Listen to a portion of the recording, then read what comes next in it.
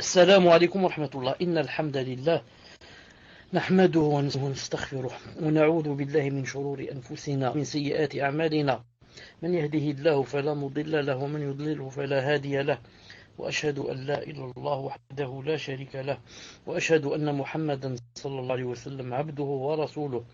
يا أيها الذين آمنوا اتقوا الله حق تقاته ولا تموتن إلا وأنتم مسلمون. يا أيها الناس اتقوا ربكم الذي خلقكم من نفس واحدة وخلق منها زوجها وبث منهما رجالا كثيرا ونساء، واتقوا الذي تساءلون به والأرحام إن الله كان عليكم رقيبا. يا أيها الذين اتقوا الله وقولوا قولا سديدا يصلح لكم أعمالكم ويغفر لكم ذنوبكم، ومن يطع الله ورسوله فقد فاز فوزا عظيما. ألا إن أصدق الكلام كلام الله، وخير الهدي هدي محمد صلى الله عليه وسلم، وشر الأمور محدثاتها وكل محدثة بدعة وكل بدعة ضلالة وكل ضلالة في النار. حياكم الله. En ce 30e cours du livre Le dogme du monothéisme de Cheikh Fawzan Hafidahullah, en cette soirée du samedi 16 Rabi' al-Awwal 1435 de l'Hégire, correspondant au 18 janvier 2014 d'après le calendrier chrétien.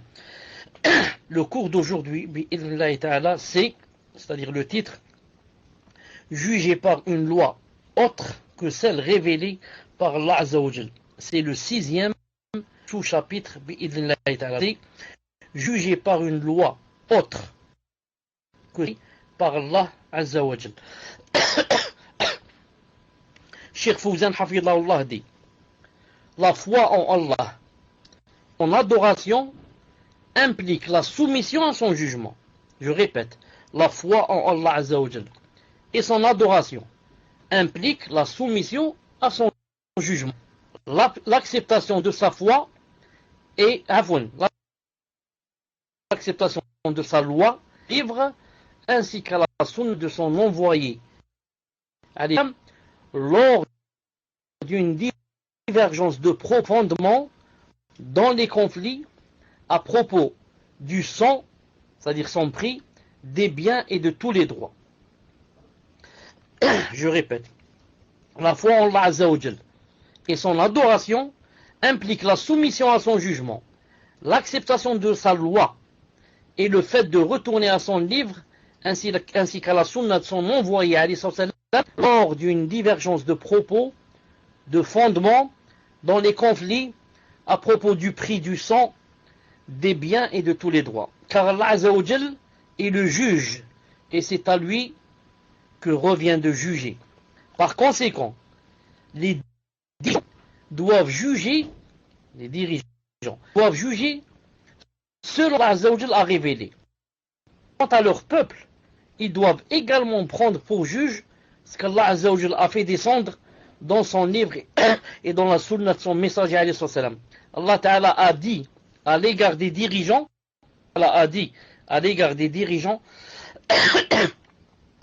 Inna Allah ya'murukum an tu'addu al-amanati ila ahliha wa idhum bayna an-nas an tahkumu bil 'adl.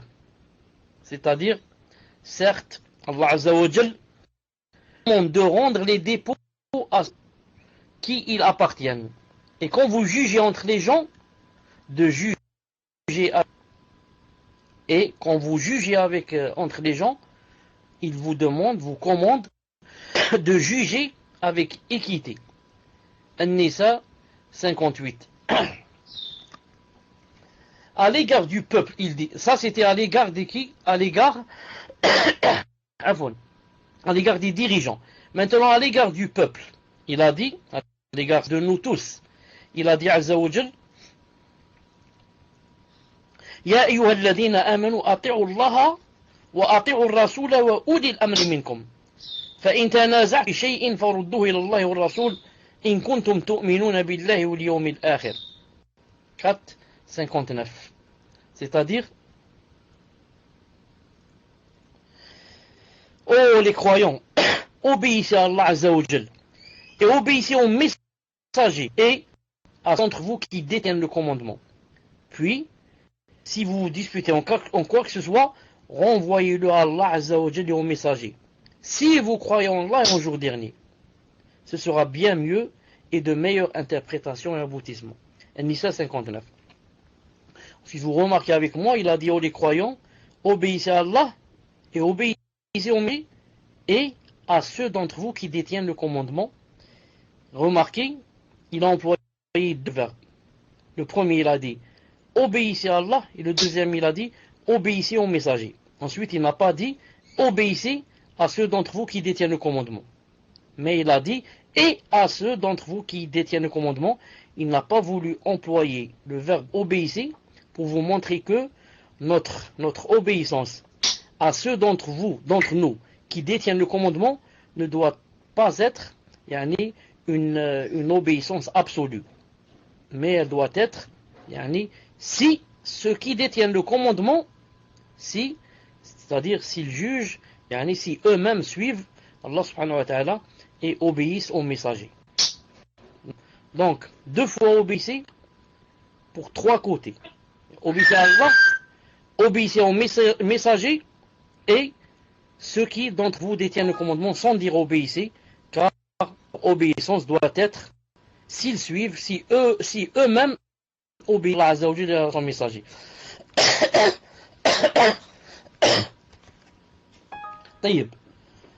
Puis, Fawzan Hafidallah dit, puis Allah Azza wa Jal a montré que le fait de prendre comme juge autre que ce qu'Allah Azza wa Jal a révélé sont deux choses qui ne se rencontrent point chez une personne. Je répète, Allah Azza wa Jal a montré que la foi d'un côté et le fait de prendre comme juge autre que ce qu'Allah Azza wa Jal a révélé, deux choses qui ne se rencontrent jamais chez une personne. Il a dit Allah Azza wa Jal ألم تر إلى الذين يزعمون أنهم آمنوا بما أنزل إليك وما أنزل من قبلك يريدون حكموا إلى الطاغوت وقد أمروا أن يكفروا به ويريد الشيطان أن يضلهم ضلالا بعيدا. النساء 60. C'est-à-dire n'as-tu pas vu ceux qui prétendent croire, n'as-tu pas vu ceux qui prétendent croire à ce qu'a fait descendre toi le prophète islam, et ce qu'on a fait descendre avant toi. Ils veulent prendre pour juge le Tarot, alors que c'est en lui qu'on leur a commandé de ne pas croire. Mais le diable veut les égarer très loin dans l'égarement. Donc, n'as-tu pas vu ceux qui prétendent croire en ce qu'on a fait descendre sur toi. Sur toi, le prophète, c'est le Coran.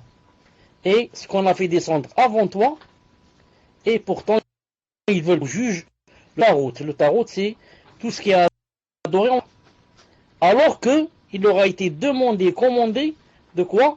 De mécroire en ce Tarot. Mais le diable veut les égarer très loin dans l'égarement. Cheikh Fawzan dit, il dit, Azza wa Jal, il dit plus loin, c'est-à-dire Allah Ta'ala dit plus loin, فلا وربك لا يؤمنون حتى يحكموك فيما شجر بينهم ثم لا يجدوا في أنفسهم حرجا مما قضيت ويسلموا تسليما. Toujours Nisa 65.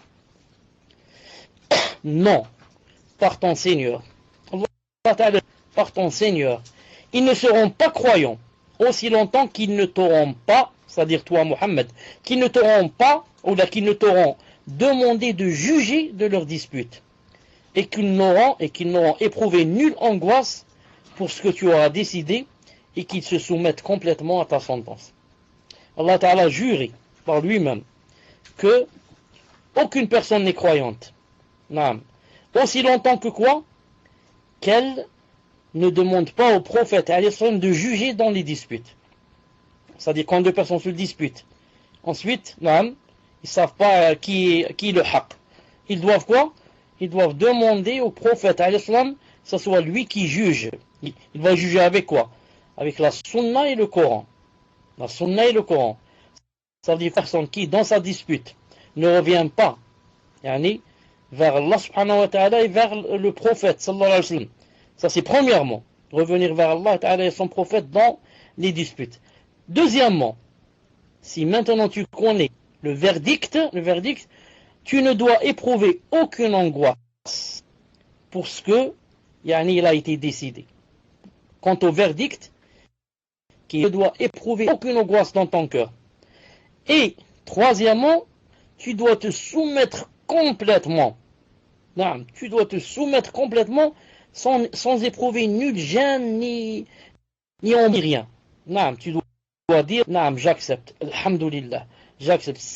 C'est contre moi à 100% et on doit m'enlever la main, me couper la tête, ou je dois donner tout mon argent à mon adversaire et mon voisin. Malish, non, j'accepte. Alhamdulillah, à cœur ravi. Non. Sinon, il a dit, tu n'es pas croyant. Tu n'es pas croyant. Non.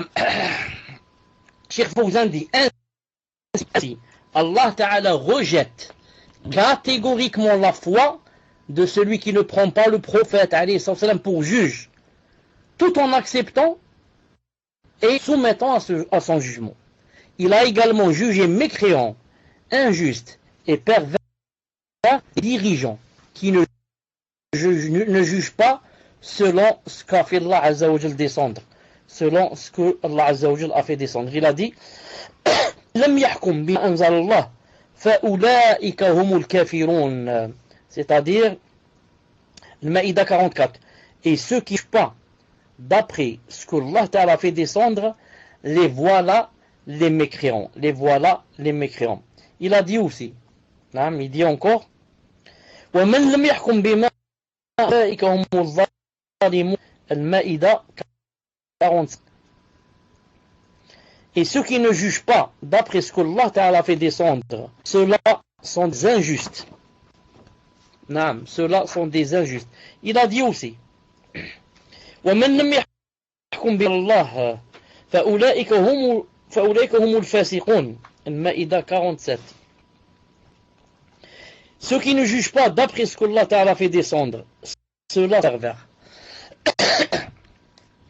Donc vous avez remarqué que qui ne juge pas d'après ce que Allah Ta'ala fait descendre, c'est qui? C'est ou bien un mécréant. Le verset, combien? Verset 44. Plus haut. Ou bien, c'est quoi? C'est un injuste. Verset 45. Ou bien, c'est un pervers. Verset 47. Celui qui ne juge pas avec ce que Allah Ta'ala fait descendre, c'est-à-dire le Coran et la Sunna, bien sûr. Il ne sort pas de l'un de ces trois statuts. Il est mécréant, ou il est injuste, zalim, ou bien il est fasiq, il est pervers. Quand on dit il ne juge pas, il ne peut pas croire, comme Zama croit les Khawarij contemporains et les Takfiri. Comme quoi, ces versets, ça parle seulement de qui? Ça parle des dirigeants. C'est-à-dire le dirigeant qui ne juge pas avec ses lois, les lois d'Allah, il est ou bien kafir, ou bien il est injuste, ou bien pervers. C'est-à-dire, on est exempt. On est exempt. Nous, si on ne juge pas, c'est pas ça l'essentiel. L'essentiel, les versets sont descendus sur les dirigeants. Alors que ceux qui connaissent l'arabe, ceux qui connaissent d'entre vous l'arabe, savent que 3 fois Allah Ta'ala a employé le mot men. Ceux qui. Men. En arabe, c'est l'un des termes spécialement qui implique la généralité, le umum.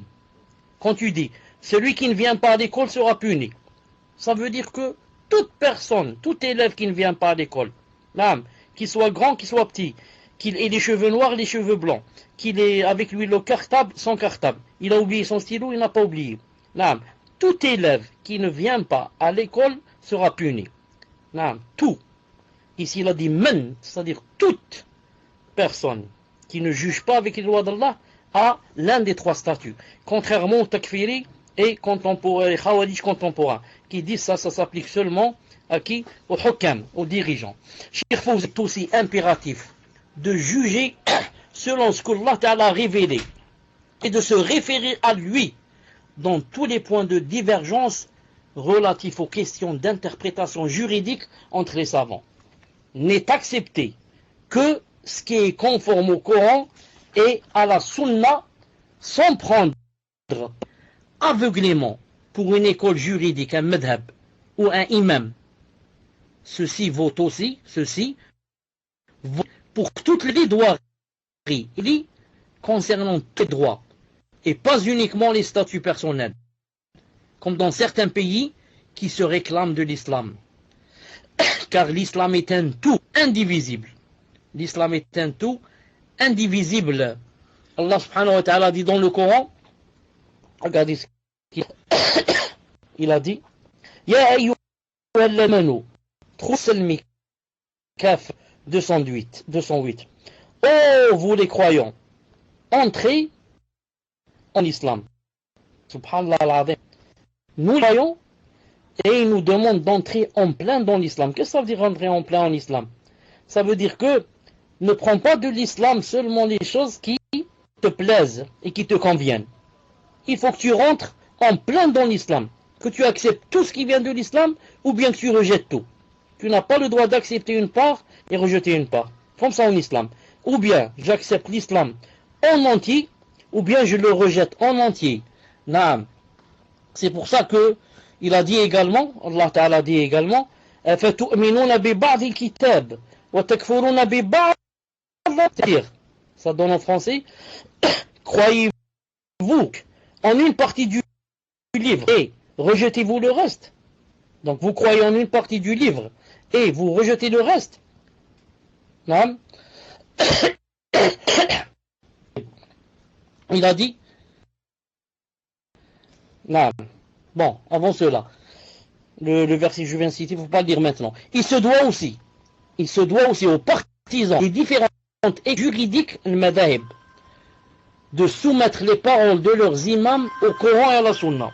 Au Coran et à la Sunna. Je répète, ils sont partisans des différentes écoles juridiques, le madhab, de soumettre les imams au Coran et à la Sunna. Ce qui est en accord avec ces deux derniers, le Coran et la Sunna, est pris en compte, et le reste est à rejeter sans prendre parti aveuglément. Surtout si ces paroles concernent le dogme, l'aqida. Les imams eux, qu'Allah leur fasse miséricorde, ont recommandé cela à l'unanimité. Celui alors qui contredit cela ne fait pas partie de leurs partisans, même s'il se réclame d'eux. Allah Ta'ala a dit, en parlant de ces gens, il a dit, اتخذوا أحبارهم ورهبانهم أربابا من دونه والمسيح ابن مريم. Ils ont pris leurs rabbins et leurs moines ainsi que le Christ, fils de Marie, comme Seigneur en dehors d'Allah. Subhanallah al-Azim. Le cheikh dit, ce verset Afwan, ne s'applique pas seulement aux chrétiens, mais à toute personne agissant comme eux. C'est-à-dire, je te dis, Allah Ta'ala a dit, ou son prophète alayhi salam a dit, tu dis non, l'imam Malik a dit, l'imam Shafi'i a dit, l'imam Abu Hanifa a dit, l'imam Ahmed a dit. Il te dit, ceux-là ils ne savent pas, ce ne sont pas des savants, ça leur a échappé à eux, et toi tu viens avec ce hadith. C'est pour ça que Abdullah ibn Abbas radiyallahu ta'ala anhu, quand il disait aux certains sahaba, il leur disait, ou les certains tabi'in, parce que lui c'était un petit sahabi, il leur disait, la meilleure façon de faire, par exemple, il y a trois façons de le faire. C'est tamattu', c'est de le faire en tamattu'. Il le disait non, il leur disait, Abu Bakr Siddiq a dit de l'autre façon.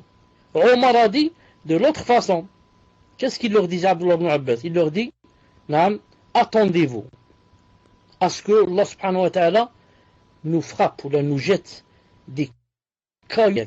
Il va nous châtier en nous jetant des cailloux, des rochers du ciel. Je vous dis, le Prophète a dit, vous me dites, Abu Bakr a dit, Omar a dit. Subhanallah al-Azim. Attendez-vous à un châtiment. Allah Ta'ala va nous jeter des rochers du ciel.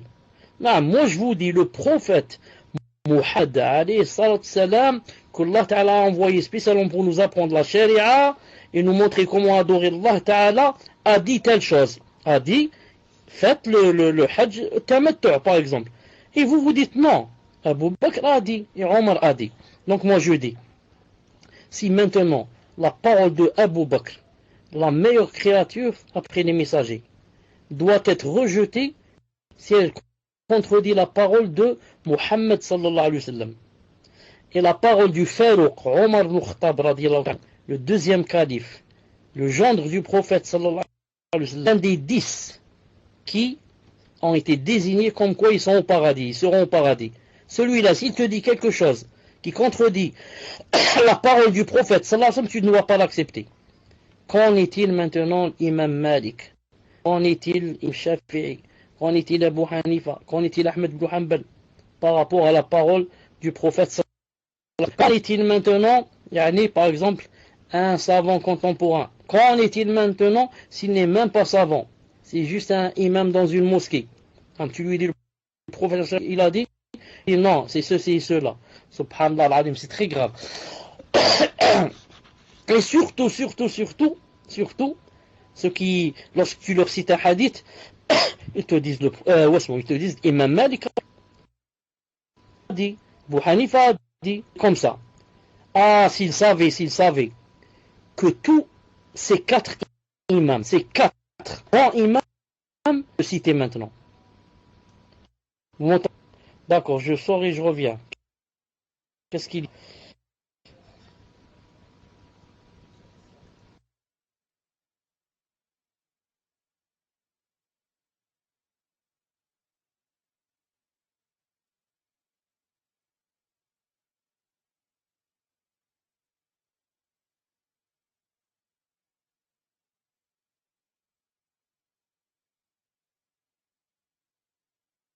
Salam alaikum.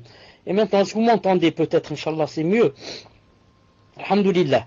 Je disais, quand tu dis à une personne, le prophète al-Islam a dit, il te dit, l'imam Malik a dit le contraire. Ou bien Shafi'i, ou bien Ahmed, ou bien Abu Hanifa. Al-Muhim.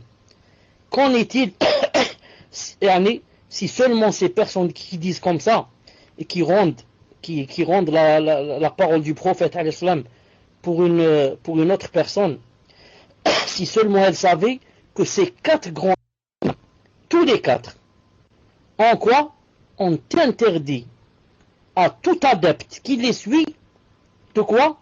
De faire devancer leurs paroles sur la parole du prophète sallallahu alayhi wa sallam. Vous avez compris?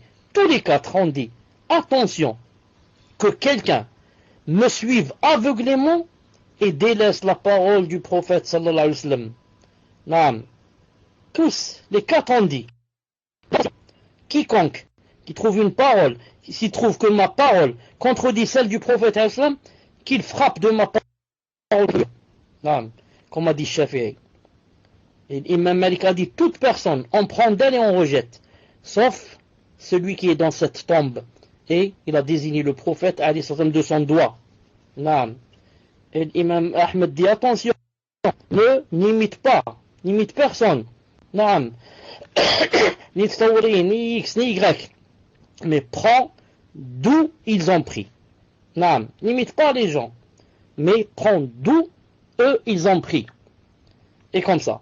Donc maintenant, si les quatre imams, si Allah Ta'ala allait les ressusciter maintenant, ce qui ne va pas le faire bien sûr, les quatre auraient quoi?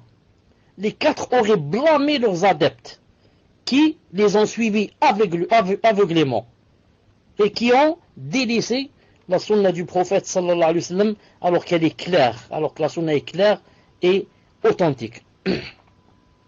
Subhanallah al-Azim. Au point, toujours ça coupe, au point où quelqu'un, un savant zama, qui suit le madhab al-Hanafi, aveuglément, a dit quoi? A dit comme ça, il a dit, tout hadith, et tout verset, tout hadith, qui contredit ce qu'il y a dans le madhab hanifite, ou ce qu'a dit Abu Hanifa, doit être quoi? Ou bien c'est un hadith faible, ou bien doit être interprété. De façon à ce que quoi? À ce que la parole de Abu Hanifa prime.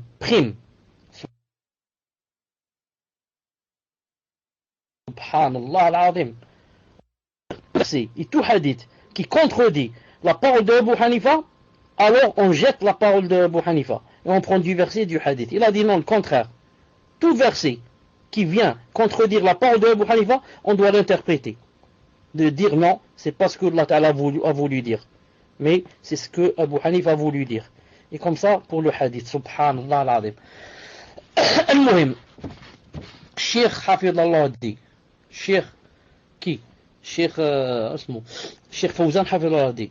Donc il a dit maintenant, si tu suis comme ça aveuglément, les ulama, sans suivre le dalil, quoi? Ça veut dire, tu rentres dans le verset, ils ont pris leur rabbin et leur moine, ainsi que le Messie, fils de Maryam, comme Seigneur en dehors d'Allah Azza wa Jal. Il a dit, ce verset ne s'applique pas seulement aux chrétiens, mais à toute personne agissant comme eux. À toute personne agissant comme eux. C'est-à-dire, elle rentre dans ce verset. Ensuite, Cheikh Fawzan Hafidallah dit, quiconque contredit ce que Allah Azza wa Jal et son prophète ont ordonné, en jugeant entre les gens, se basant sur autre que la révélation, ou en demandant un jugement autre que celui que Allah Azza wa Jal, en demandant un jugement autre que celui de Allah, il a dit, guidé par ses passions, renonce à l'islam et à la foi, même s'il prétend être croyant. Allah Azza wa Jal, ceux qui se comportent d'une telle façon et a démenti leur prétention à la foi, parce que Allah Azza wa Jal dit, ils prétendent, yaz'umun.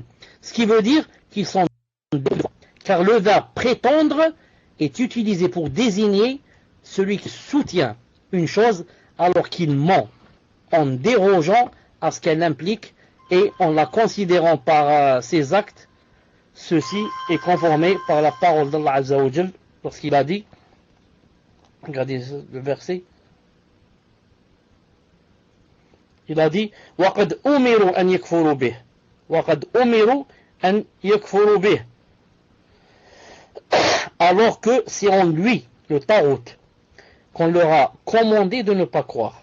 Alors c'est en lui qu'on leur a demandé de ne pas croire.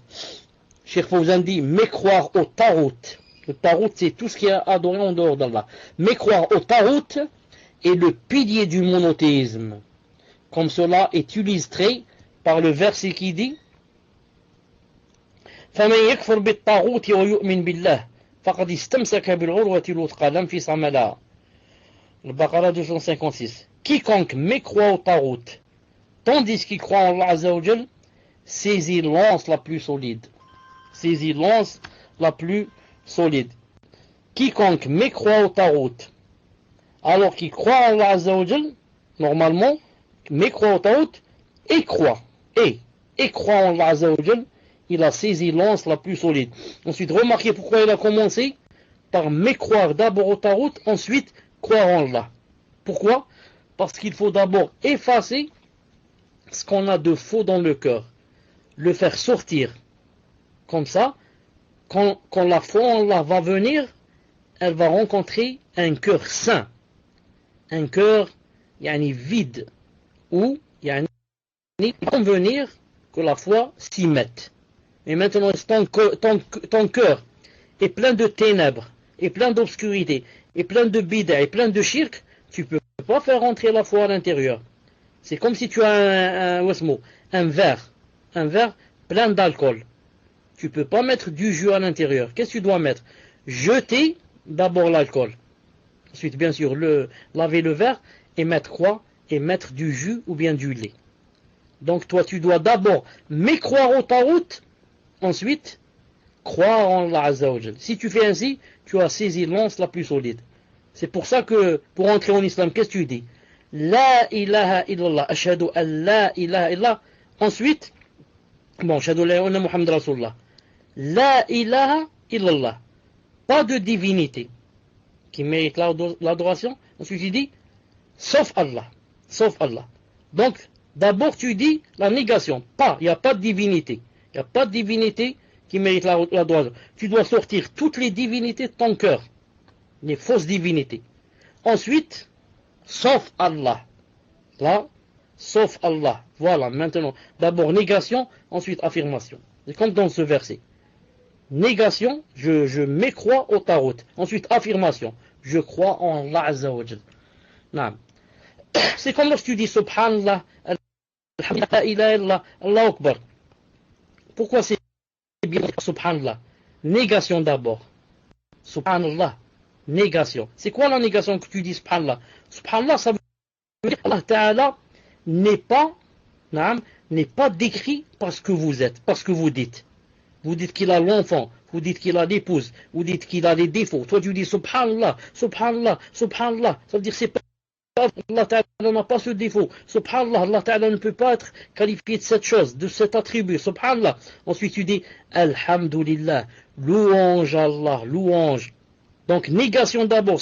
Allah, c'est pas vrai. Ensuite, louange Allah, affirmation, j'affirme qu'Allah Ta'ala mérite les louanges, mérite les éloges, les plus belles éloges. Allah Ta'ala lui convient les plus beaux attributs, les plus beaux noms. Vous avez compris? Allah dit, ainsi, celui qui ne respecte pas ce pilier n'est pas monothéiste. Non. Et le monothéiste est à la base de la foi par laquelle les actes sont agréés. Ci-, contre, s'il n'est pas respecté, les actes sont rejetés. Comme il est clairement impliqué, comme il est clairement indiqué dans le verset ci-dessus. Car prendre le tarout pour juge, c'est avoir foi en lui. Il a dit, voir Fath al-Majid, page 467-468. Cheikh Fawzan dit, la négation de la foi de celui qui ne juge pas selon ce que Allah Ta'ala a révélé indique que la législation d'Allah Azza wa Jal fait partie de la foi, des principes de la croyance et de l'adoration. Je répète, la négation de la foi de celui qui ne juge pas selon ce que Allah Azza wa Jal a révélé indique que l'application de la législation d'Allah Azza wa Jal fait partie de la foi. Il a dit des principes de la croyance et de l'adoration que le musulman doit mettre en pratique.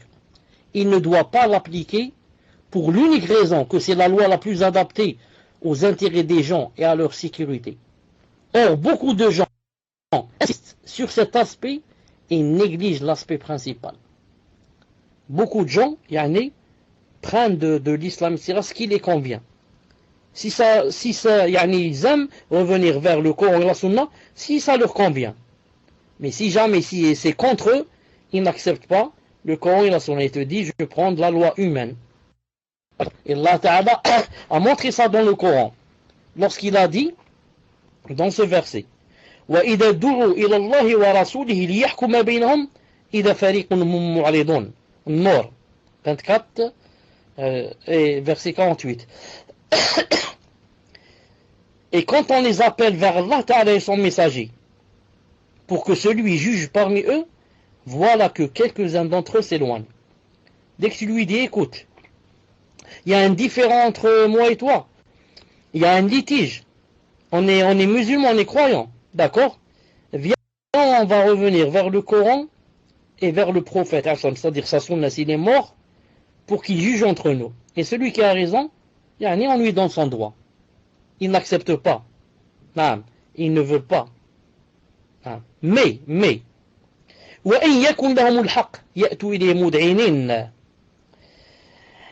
s'ils ont le droit en leur faveur, ils viennent à lui sommer. S'ils voient que il a son droit dans le Coran, la Sunna, vite, il te cite le verset, il te cite le hadith. Il te dit, t'as oublié qu'Allah Ta'ala a dit ceci et cela. Tu sais pas que le prophète a dit ceci et cela. Ah, donc, toi tu connais le Coran et la Sunna s'ils sont en ta faveur. Non. Mais si le Coran et la Sunna sont contre toi, tu les négliges. Et tu ne prends pas d'eux. Le cheikh dit donc, ils ne s'intéressent qu'à leur passion, en s'éloignant de tout ce qui s'y oppose, car ils n'adorent pas Allah Azza wa Jal en se référant à son prophète sallallahu alayhi wa sallam. Le cheikh dit, le statut de celui qui ne juge pas d'après ce qu'Allah Ta'ala a révélé. Il a cité le verset وَمَنْ لَمْ يَحْكُمْ بِمَا أَنزَلَ اللَّهُ فَأُولَٰئِكَ هُمُ الْكَافِرُونَ. Et ceux qui ne jugent pas d'après ce qu'Allah Ta'ala fait descendre, les voilà les mécréants. Cheikh Hafidullah dit, ce verset indique que juger d'après autre que la révélation divine est une mécréance. Cette mécréance est tantôt considérée comme une mécréance majeure. Voilà ce qu'il faut bien comprendre. Et voilà la différence entre Ahl Sunnah wal Jama'a, les Salaf, les vrais, et entre les Khawarij contemporains et les Takfiri. Nous tous, on dit que celui qui ne juge pas avec les lois d'Allah Azza wa Jal, le voilà le mécréant. Comment dit Allah Ta'ala? Quiconque ne juge pas d'après ce qu'Allah Ta'ala fait descendre, les voilà les mécréants. Donc nous, et les Takfiri, et les Khawarij contemporains, on dit la même chose. Reste que donc, où est la différence donc entre nous et eux? Qu'est-ce qui va nous démarquer? Ce qui va nous démarquer, c'est ce que dit maintenant Cheikh Fawzan. Écoutez bien, et ce que dit Cheikh Fawzan, c'est ce que disent tous les salafs, à commencer par le prophète Islam et Abdullah ibn Abbas radiyallahu ta'ala anhu et Qatada et les autres. Écoutez ce qu'il dit. Ce verset indique que juger d'après autre chose que la révélation divine est une mécréance. On est d'accord. Ensuite, voilà ce qui nous différencie d'eux. Cette mécréance est tantôt considérée comme mécréance majeure, kufr akbar, faisant sortir de l'islam, et tantôt considérée comme une mécréance mineure, kufr asghar, n'excluant pas de l'islam, ne faisant pas sortir de l'islam. Donc, quand le Takfiri dit que quiconque ne juge pas avec les lois d'Allah, le voilà le mécréant, on lui dit d'accord, Allah Ta'ala dit que c'est un mécréant. Mais, a-t-il dit c'est un grand mécréant ou un petit mécréant? A-t-il dit c'est la grande mécréance qui fait sortir de l'islam ou bien la petite qui ne fait pas sortir de l'islam? Naam, c'est ça le grand problème. Et Cheikh Fawzan, hafidahullah, en effet, cela varie selon la situation du juge. S'il croit que l'application de la loi divine n'est pas obligatoire et qu'il a le choix, ou s'il la méprise en croyant que les lois et les systèmes institués par les hommes sont meilleurs que ceux institués par Allah Ta'ala, c'est-à-dire la révélation, ou s'il croit que les lois divines ne s'adaptent pas à notre époque, ou encore s'il veut appliquer d'autres lois que celles révélées, recherchant par là le contentement des mécréants, des hypocrites, ceci est une mécréance majeure. Par contre, je dis bien par contre, s'il croit à l'obligation de l'application de ce que Allah Ta'ala a révélé, et on prend connaissance en ce qui concerne un fait particulier, mais cependant ne l'applique pas en avouant qu'il mérite le châtiment, il est considéré comme désobéissant et appelé mécréant dans le sens de la mécréance mineure, c'est tout. Vous avez compris la grande différence entre les deux personnes qui ne jugent pas avec les lois d'Allah. Le premier dit que c'est pas obligé de juger avec les lois d'Allah. Ou bien les lois d'Allah ne s'appliquent pas maintenant. Maintenant c'est la technologie, etc. C'est pour les temps d'autrefois. Ou bien je suis libre de choisir entre ceci et cela. Ça c'est la mécréance quoi? Majeure. Mais si maintenant il reconnaît qu'on doit juger avec les lois d'Allah, mais juger avec, ça va se retourner contre lui. Il dit donc juge pas avec, mais je reconnais qu'il y a un grand châtiment qui m'a. Celui-là dit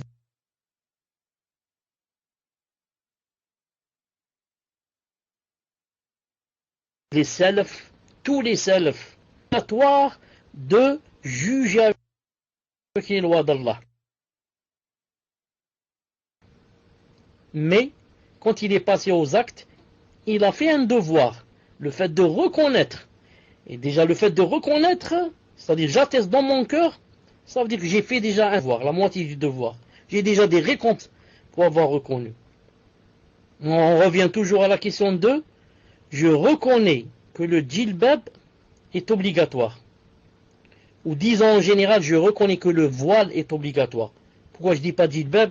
Il se peut, comme dit Cheikh Fawzan, que dans certains pays, les femmes ne mettent pas le djilbab, mais mettent quelque chose qui couvre tout le corps. Ça suffit.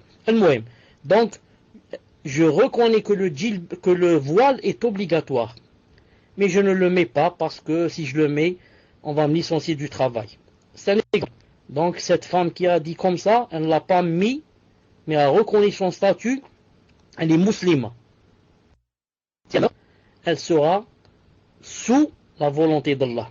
S'il veut lui pardonner et rentrer au paradis, il la fait rentrer directement. S'il ne veut pas lui pardonner, il l'a fait passer par l'enfer pour ne pas avoir mis le voile. Ensuite, la finalité sera le paradis. Pourquoi elle est musulmane? Malgré qu'elle n'a pas mis le voile.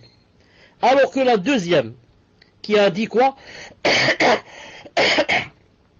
Je ne reconnais pas le statut du voile. Il n'y a pas de voile en islam. Ensuite, elle se voile, tout en disant dans le cœur, il n'y a pas de voile. Et moi je me voile, comme ça j'ai peur des gens, ou bien c'est la mode, ou bien j'ai peur des terroristes, je ne sais pas. Ça. Si elle meurt, elle portait le voile. Et pourtant, elle sera en enfer éternellement. Subhanallah, elle a mis le voile, oui, elle a mis le voile, ça, mais elle n'a pas reconnu son statut. Elle ne l'a pas mis pour Allah, qui a dit de mettre le voile. Ici, celui qui juge ne juge pas avec les lois d'Allah, mais reconnaît le statut. Il dit, il faut juger. C'est seulement moi qui n'ai pas jugé. Cheikh a dit, et les salafs disent, il n'est pas mécréant. Donc, je vais résumer pour dire que celui qui ne juge pas avec les lois d'Allah est mécréant, de la grande mécréance, disons, dans les situations suivantes. La première, s'il croit que les lois humaines ou les lois humaines sont meilleures que les divines, toute la loi de X ou d'Y ou de Napoléon de je ne sais qui est meilleure que la loi divine, comporte plus de bien que la loi divine, il est devenu un grand mécréant, c'est-à-dire éternellement en enfer. Ça, premier cas de figure. Deuxième, s'il croit que les lois humaines sont équivalentes aux divines, il dit, la loi humaine et la loi divine, c'est la même chose. Les deux sont masha'Allah. Comme la loi d'Allah Ta'ala est masha'Allah, la loi divine est aussi masha'Allah et elles sont équivalentes. Que tu prennes celle-là ou celle-là, il a quoi? Il est devenu mécréant d'une grande mécréance. Il ne sortira pas de l'enfer, sauf s'il a tauba. Ou alors, il croit que l'application de la loi divine n'est pas obligatoire et qu'il a le choix entre la loi divine et la loi humaine. Il te dit, juger avec les lois d'Allah, c'est pas obligé. C'est pas obligé de juger avec les lois d'Allah. J'ai le choix. Je choisis donc ou bien la loi d'Allah ou bien la loi divine. Et il va par exemple choisir la loi divine. Qu'est-ce qu'il a fait? Il a fait la grande mécréance. Parce qu'il a dit quoi? Il a dit c'est la même chose. J'ai le choix, je suis libre. Il n'a pas dit c'est obligé de juger avec la loi divine. La grande mécréance. Ou bien, il croit que les lois divines ne s'adaptent pas à nous. S'il va croire que les lois divines ne s'adaptent pas à notre époque, il te dit, les lois divines, subhanallah al-azim, sont dépassées. Elles sont archaïques et obsolètes, comme on dit, désuètes. Ça veut dire vraiment, dépassées. Tu dis, écoute, c'est pas le moment de... Tu vas pas me dire, on va lui couper la main. Hein, tu vas pas me dire ça, on n'est pas à l'époque des barbares. Non, c'est dépassé. Maintenant, les gens montent sur Mars et sur Jupiter. Non, je te dis, c'est dépassé. Ce sont des lois d'autrefois, de l'obscurantisme et avant la science et la lumière, etc. Non. S'il dit comme ça ou pense comme ça, c'est la grande mécréance, a'oudhu billah. Cinquième cas de figure et dernier, s'il veut appliquer les lois humaines pour contenter les mécréants, les hypocrites. Il te dit, si j'applique la charia, donc les mécréants vont quoi? Vont être contre moi. Et ils vont dire, toi tu es un barbare ou je ne sais pas quoi, un terroriste, tu es un Ben Laden toi, donc moi pour les contenter et pour qu'ils soient ravis de moi, je vais quoi? Je vais appliquer les lois humaines. Ça c'est la grande mécréance à billah. J'ai entendu comme ça de nos jours certains prêcheurs l'islam, prêchent l'islam, font la da'wa à l'islam. Ils disent ce n'est pas le moment d'appliquer le code pénal. Ils disent ça, on peut faire ce qu'on appelle un moratoire. Ils disent c'est pas maintenant. Pourquoi tu veux pas faire ça? Les gens te font de la peine. Allah Ta'ala c'est Arham Rahimin. C'est lui qui les a créés. Comment se fait-il? Donc Allah Ta'ala subhanallah, sa créature, c'est-à-dire il leur veut du mal. Il leur veut du mal. Ou bien appliquer les lois. Tu as peur que les kuffars parlent de toi en mal. Ils disent celui-là il est complexé. Donc moi pour les ravir, surtout que je vis dans leur pays, ils m'ont donné la nationalité.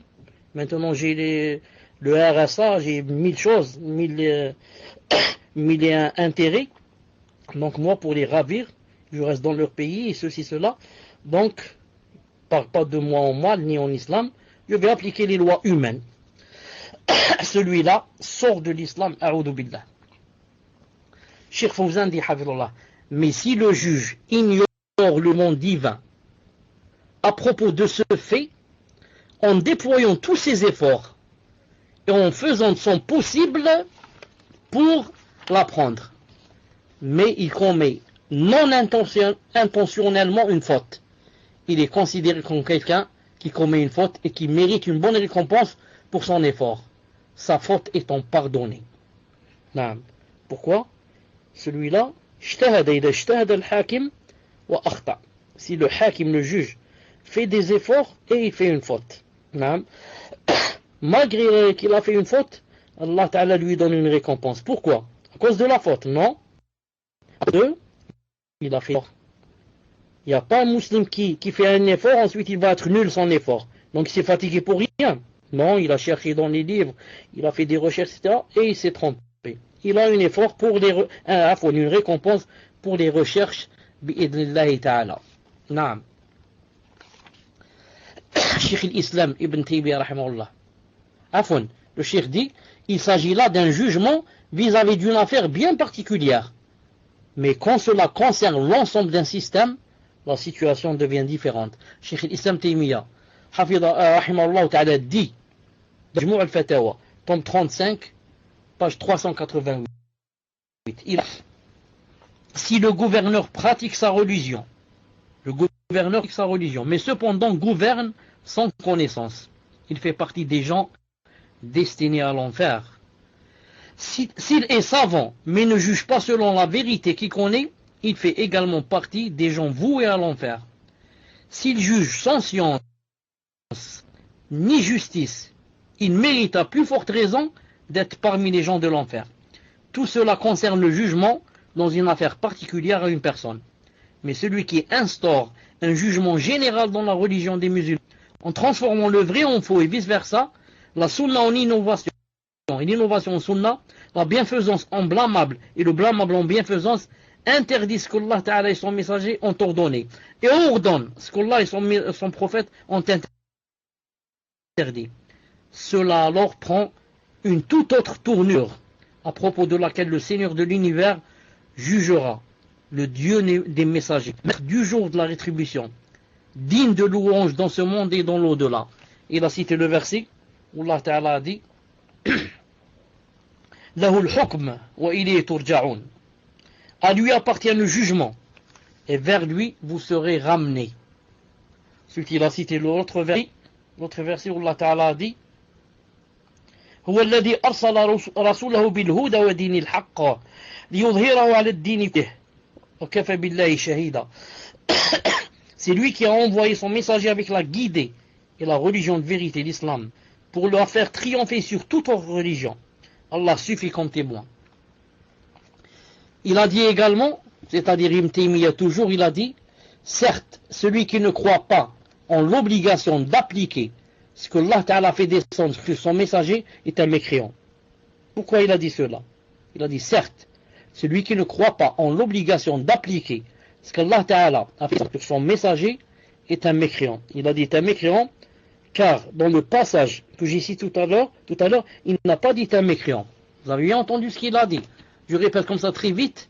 Il a dit que s'il gouverne sans connaissance, etc., il a dit il fait partie des gens destinés à l'enfer.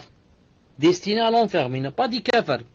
Si les savants mais ne jugent pas selon la vérité qu'il connaît, il fait également partie des gens voués à l'enfer. S'il juge sans science ni justice, il mérite à plus forte raison d'être parmi des gens de l'enfer. Et comme ça. Ensuite, il a continué un peu plus bas, il a dit, s'il ordonne le blâmable, interdit le bien, s'il ordonne la sunna, ordonne la bid'a, interdit la sunna, à la fin, qu'est-ce qu'il a dit? Il a dit, pour ne pas dire comme ça, il est kafir. Peut-être qu'il a dit choubouet. Il a dit, cela prend une autre tournure, à propos de laquelle le Seigneur de l'univers jugera. Asma, c'est pas comme ça carrément kafir. Le Seigneur de l'univers jugera, le Dieu des messagers, maître du jour de la rétribution, digne des louanges. Ensuite il a dit, il a cité le verset, وَلَهُ الْحُكْمَ وَإِلَيْهِ تُرْجَعُونَ. Il a dit, c'est à lui qu'appartient le jugement, et vers lui vous serez ramenés. C'est à lui de décider ce qu'il va faire de ce serviteur. Ensuite il est passé à, certes, celui qui ne croit pas en l'obligation d'appliquer ce que Allah Ta'ala fait descendre sur son messager est un mécréant. Ce qu'on a dit tout à l'heure. Tu ne crois pas, tu n'attestes pas l'obligation d'appliquer la charia. Je dis, mais si tu l'appliques, tu es mécréant. Subhanallah al-Azim. Comment il a appliqué la charia, il est mécréant? Bien sûr. Maintenant, si Napoléon était vivant, il va appliquer la charia. Est-ce qu'il deviendrait musulman en appliquant la charia? Il faut d'abord attester son obligation et que ça vienne d'Allah subhanahu wa ta'ala pour que j'ai des récompenses et que ça soit accepté de moi. C'est comme si maintenant, imaginez que vous me disiez, vous me dites, où est Allah? Où est Allah? Je vous dis, tu es du trône. Qu'est-ce que vous allez dire? Vous allez dire, Masha'Allah, Allahumma barak, subhanallah, comme les salafs. Ensuite, vous me dites, d'où tu détiens cela? Qui t'a dit qu'il est sur le trône? Je te dis, j'ai lu ça dans le livre de Karl Marx. Son livre, Le Capital. Il a dit, Dieu est au-dessus du trône. Ou bien c'est Socrate. Socrate qui a dit ça, le grand philosophe. Il a dit, Dieu est sur le trône. Est-ce qu'en disant, moi, Dieu est sur le trône, en prenant ça de Socrate, je deviens musulman? Il faudrait que je dise, Dieu est sur le trône, au-dessus du trône, c'est-à-dire, si j'ai lu ça dans le Coran, dans la Sunna. Si les salafs me l'ont appris. Non, c'est pas je l'ai pris de la philosophie des Grecs. Il a dit, car quiconque se permet de juger entre les gens, d'après ce qu'il considère comme étant juste, sans suivre ce que Allah Ta'ala a révélé, est mécréant. En effet, il n'y a pas de communauté qui ne réclame la justice dans le jugement. Mais la justice dans les religions se résume à ce que leur chef pense. Bien plus, beaucoup de ceux qui se réclament de l'islam jugent selon les traditions de leurs ancêtres, qu'Allah Ta'ala n'a pas révélé. Ces ancêtres à qui l'on obéit. Ils considèrent donc que ce qu'il faut appliquer en dehors du Coran et de la Sunna, et ceci est la mécréance. Beaucoup de gens se sont convertis à l'islam, mais jugent selon les traditions courantes par ceux à qui ils obéissent.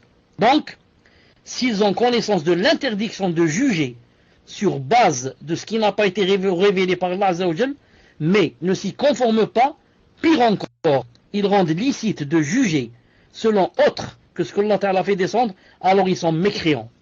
Sinon, ils sont ignorants. Non, sinon, s'ils n'ont pas pris connaissance, ils ne savent pas, ils viennent se reconvertir, alors ils sont ignorants.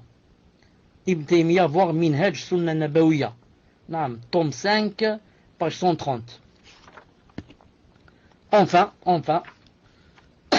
Cheikh Fawzan dit, Cheikh Mohammed ibn Ibrahim, Al-Cheikh, qu'Allah Ta'ala lui accorde la miséricorde, a dit, quant à ce qui est considéré comme une mécréance sans en être, c'est-à-dire kufr, duna kufr, petite mécréance, c'est lorsque le juge, ou bien le dirigeant, ou bien le citoyen ou autre, se réfère à un autre jugement que celui d'Allah en ayant la conviction qu'il est en tort et que le jugement d'Allah est vérité. Et ça ne lui arrive qu'une fois ou environ une fois. Quant à celui qui légifère des lois bien structurées en les imposant, il a dit mécréance. Même s'il dit que nous avons tort et que le jugement d'Allah est plus juste. Ceci est une mécréance qui est de l'islam. Cheikh Fawzan dit rahimahullah, hafidallah, ainsi le cheikh, c'est-à-dire Mohammed ibn Ibrahim, a différencié le jugement partiel qui ne se répète et le jugement général qui est la référence pour toutes les lois et leur majorité. Et il a conclu que ce dernier est une mécréance qui exclut de l'islam de manière totale. Car celui qui supprime la loi islamique au profit du droit institué par les hommes affirme qu'il croit que la loi humaine est meilleure et plus adaptée que la loi divine. Ce qui de toute évidence est une mécréance majeure, kufr akbar, faisant sortir de l'islam et contredisant le monothéisme. Je voudrais juste ouvrir une petite parenthèse. Ce grand savant que Cheikh Fawzan a cité, il s'appelle Cheikh Mohammed ibn Ibrahim al-Cheikh, qu'Allah lui accorde sa miséricorde, que Cheikh Fawzan n'a pas cité, Hafidahullah. Naam.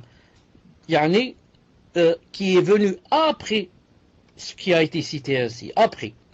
Car, quand les savants contemporains ont comparé entre les deux fatwas, ils ont vu la date de cette fatwa qu'on vient de lire maintenant, et celle qui est venue après, je crois 4 ou 5 années après, où il dit que la mécréance majeure, naam, c'est-à-dire où il revient à la parole de Ahl Salaf, des Salaf qu'on a cités, que, yani, s'il juge avec d'autres lois qu'Allah Azza wa Jal, mais en reconnaissant le statut de l'obligation de juger avec les lois d'Allah, qu'il n'est pas kafir. C'est la deuxième parole de ce grand savant, rahimahullah, et certains ont dit que cette parole qu'il a dite après la première abroge la première. Wallahu subhanahu wa ta'ala a'lam. Naam. سبحانك اللهم وبحمدك أشهد أن لا إله إلا أنت أستغفرك وأتوب إليك السلام عليكم ورحمة الله وبركاته. On va se rencontrer dans un quart d'heure, Inch'Allah Ta'ala, à peu près. Question d'une sœur, barakallahu fikum cher. Comment doit-on répondre aux takfiri qui traitent les gouverneurs de Taout sous prétexte qu'ils ne jugent pas par la loi d'Allah? Tfadal cher. Bismillah ar-Rahman ar-Rahim, wa salatu salam ala ashraf al-mursalin. On le répondu tout à l'heure. Et comment a répondu Cheikh Fawzan? Que la mécréance se divise en deux sortes, la grande et la petite. Et que le dirigeant, ou bien, qui ne juge pas avec les lois d'Allah, ou bien il a fait la grande, ou bien il a fait la petite. Pas fait forcément la grande. Naam. Et ça vient de Abdullah qui dit kofr dona kofr. Et son élève aussi, Taous, Qatada, qui ont dit kofr dona kofr. C'est-à-dire petit coffre, pas le grand. Donc c'est comme ça qu'on lui répond, on lui dit, toi dans ta aqida, il y a seulement la grande mécréance. Mais chez les salafs de tout temps, ils ont dit il y a la grande et la petite par rapport à celui qui ne juge pas avec la loi d'Allah.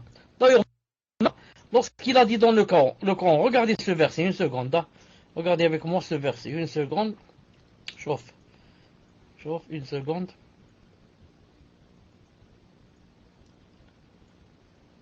Très rare. Regardez ce verset. Lorsqu'il a dit, et ceux qui ne jugent pas d'après ce qu'a fait descendre là, les voilà les mécréants, ça, il a dit ça. Taïb. Ensuite, il a dit, et ceux qui ne jugent pas d'après ce qu'Allah a fait, ce sont les injustes. Ensuite, il a dit, et ceux qui ne jugent pas d'après ce qu'Allah a fait descendre, ce sont là les pervers. Donc, celui qui ne juge pas avec les lois d'Allah, normalement, a l'un des trois statuts. Premier verset, il est injuste. Dans le troisième, il est pervers.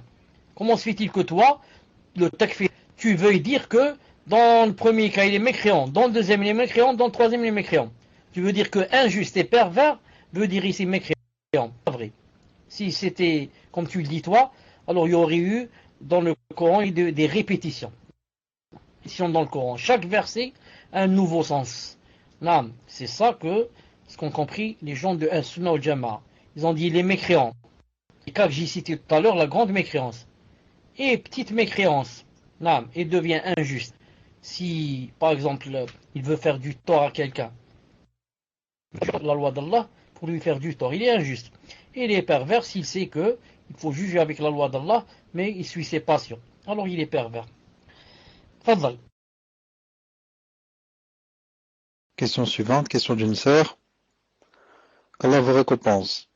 Pouvez-vous répéter la règle sur la foi en Allah que vous avez citée en début du cours, et aussi la sorte de mécréance pour le 5e point, s'il veut appliquer les lois humaines pour contenter les mécréants et les hypocrites.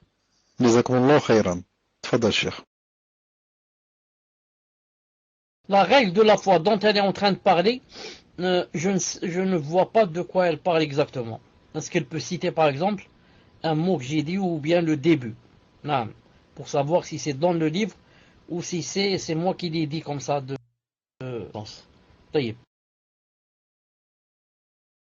Donc, là, une fois qu'elle t'aura répondu, Inch'Allah, fais-le parvenir sur le salon. Et concernant la deuxième partie de la question, cher, parce qu'elle dit, pouvez-vous répéter la règle sur la foi? Et après, elle dit, et aussi la sorte de mécréance pour le 5e point. C'est-à-dire le point 5, s'il veut appliquer les lois humaines pour contenter les mécréants et les hypocrites. Fadal Cheikh. Mécréance. La grande mécréance. C'est la 5e sorte de la grande mécréance. Je ne veux pas appliquer la loi divine. Et par conséquent, je veux appliquer la loi humaine pour avoir le jugement des mécréants et des hypocrites. C'est que les mécréants et les hypocrites soient ravis de moi. Je veux leur faire plaisir, les contenter, faire la joie dans leur cœur. Je laisse la chair et je leur dis, s'ils volent par exemple plus de 1,25 g d'or, je lui coupe pas la main. Je sens. Parce que je sais que les mécréants, leur loi, c'est quoi? C'est la prison. Donc pour leur faire plaisir et les rendre joyeux et qu'ils disent celui-là il est bien, il ne lui a pas coupé la main, il l'a emmené en prison. Non, Alhamdulillah. Donc je vous répète la question, Inch'Allah. Donc la sœur dit, j'aimerais savoir si c'est vrai que le prophète sallallahu alayhi wa sallam nous a ordonné de suivre la majorité. Une sœur qui ne croit pas que la vraie voie et les salafiyas m'a envoyé plusieurs hadiths, mais je ne peux pas savoir s'ils sont tous authentiques. Elle me dit qu'en cas de divergence, il faut suivre la majorité de la communauté du prophète pour ne pas s'égarer. Barakallahu fikum cher. Tfadal cher.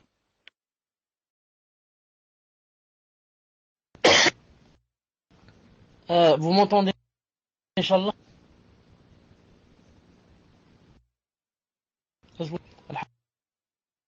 En cas de divergence, Allah Ta'ala Azza wa Jal dans le Coran a dit que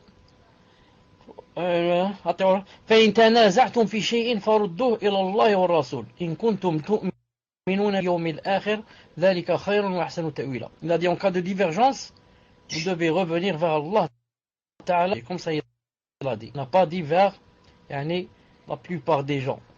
Et même Allah Ta'ala dit dans أكثر من في الأرض يضلوك عن سبيل الله. Il a dit si tu suis la plupart des gens et du droit chemin. Et à chaque fois qu'il y a la plupart des gens dans le Coran, il cite qu'ils ne sont pas sur le droit chemin. Comme il dit, mais la plupart ne savent pas. Et la plupart d'eux sont des pervers. Donc, en islam, le Coran et la Sunna, on ne suit pas la plupart car la plupart de la Ummah peut être dans quoi? Dans le faux. Et il se peut que une seule personne soit dans le juste. Comme a dit Abdullah ibn Mas'ud, ittabi' al-haqq walau kunta wahdak. Suis le haqq, même si tu es seul. Supposons maintenant, je vais donner un exemple. Supposons par exemple qu'il y ait 50 personnes dans un groupe et 49 personnes parmi les musulmans. 49 personnes, par exemple, parmi ces musulmans vont dire, par exemple, que la musique est halal. Le hadith se trouve dans le Bukhari. Qui a raison? Ils sont 49 à dire la musique est halal. Il a dit la musique est haram, et pourtant c'est lui qui a raison. Il a le hadith avec lui. Naam. C'est comme ça en islam, bi'idhnillahi ta'ala. Tfaddal.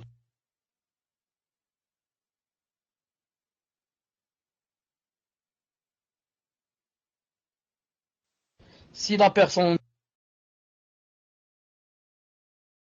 Ah, monsieur, vous vous étiez mis le raid, je voulais enlever, et vous étiez en train de parler. Tfaddal, cher.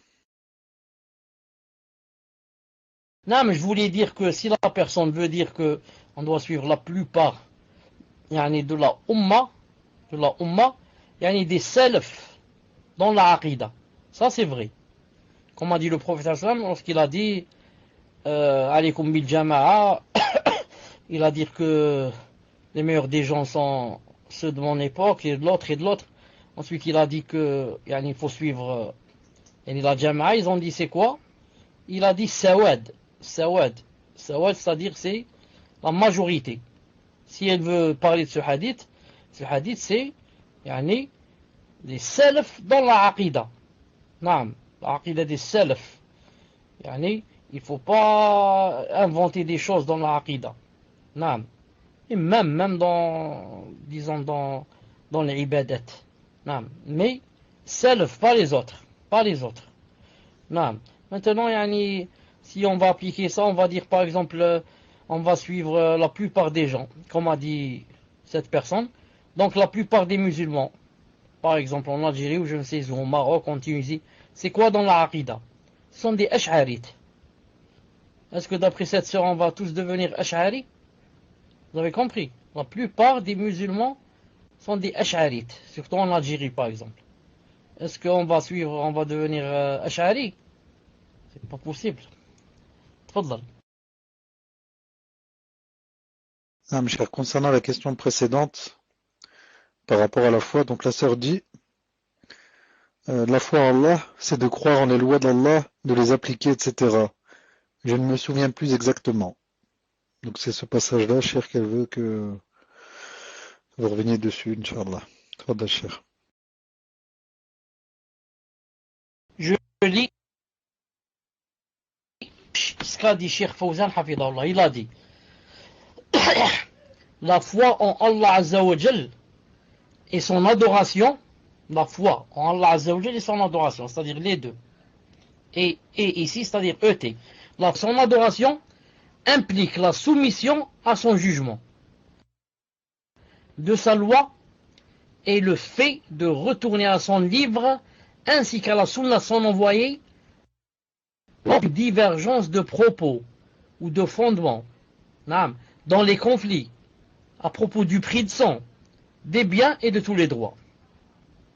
Je répète, la foi en Allah Azza wa Jalla et son adoration implique la soumission à son jugement de sa loi et le fait de retourner à son livre ainsi qu'à la sunna de son envoyé alayhi salam lors d'une divergence de propos, de fondements, dans les conflits à propos du prix du sang, des biens et de tous les droits. Car Allah Azza wa Jal est le juge et c'est lui qui juge. C'est à lui qui revient de juger. Donc, si vraiment on est mu'min, si vraiment on est croyant, on adore Allah Azza wa Jal, on doit accepter, c'est l'acceptation de sa loi. On accepte sa loi et on retourne à sa loi, c'est-à-dire au livre et à la sunna du prophète islam, s'il y a une divergence de propos, de fondement. Imagine que par exemple moi je dise l'époux et l'épouse, par exemple ils ont dit par exemple la dot, par exemple. Ensuite il a consommé le mariage par exemple, il a divorcé, elle lui dit tu as 100 euros, il veut divorcer, donne-moi la dot et 500 euros. Il lui dit non, je te donne seulement 50. On a dit 250, je suis dans la moitié. Pourquoi? Il lui dit parce que, par exemple, le défaut vient de toi. Je viens de trouver un défaut que tu m'as caché ou je ne sais pas.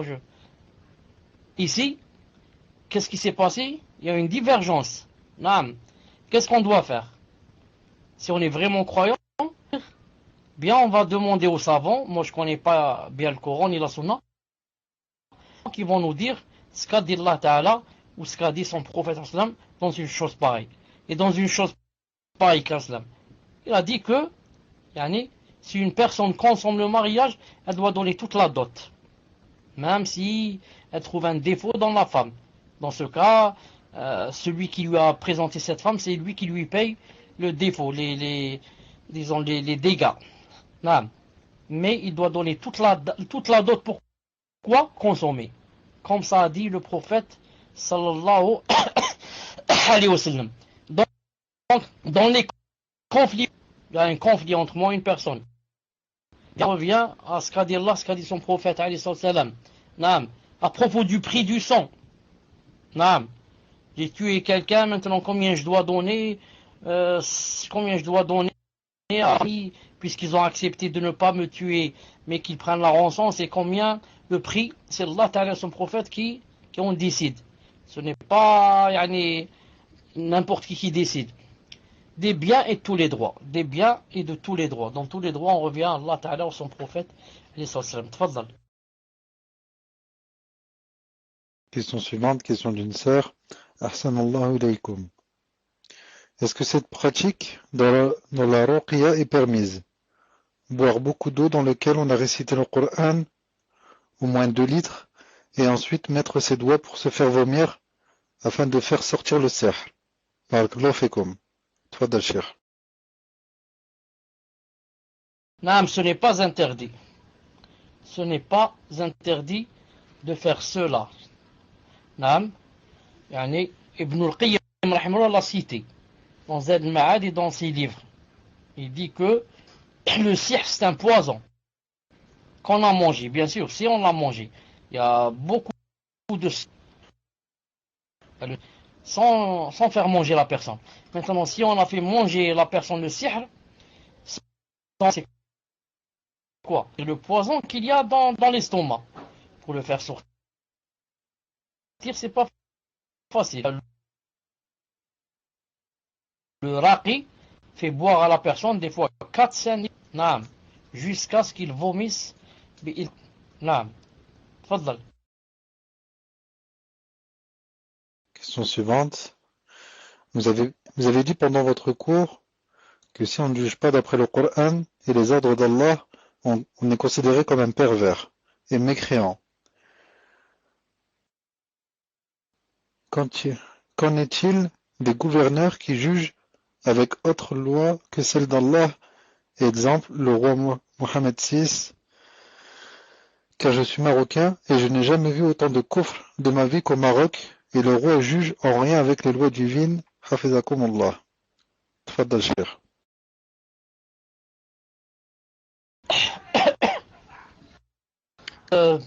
Quant à ce que j'ai dit tout à l'heure qu'on lui fait boire beaucoup d'eau, en arabe ça s'appelle istifrar. En arabe, istifrar, c'est-à-dire boire pour tir.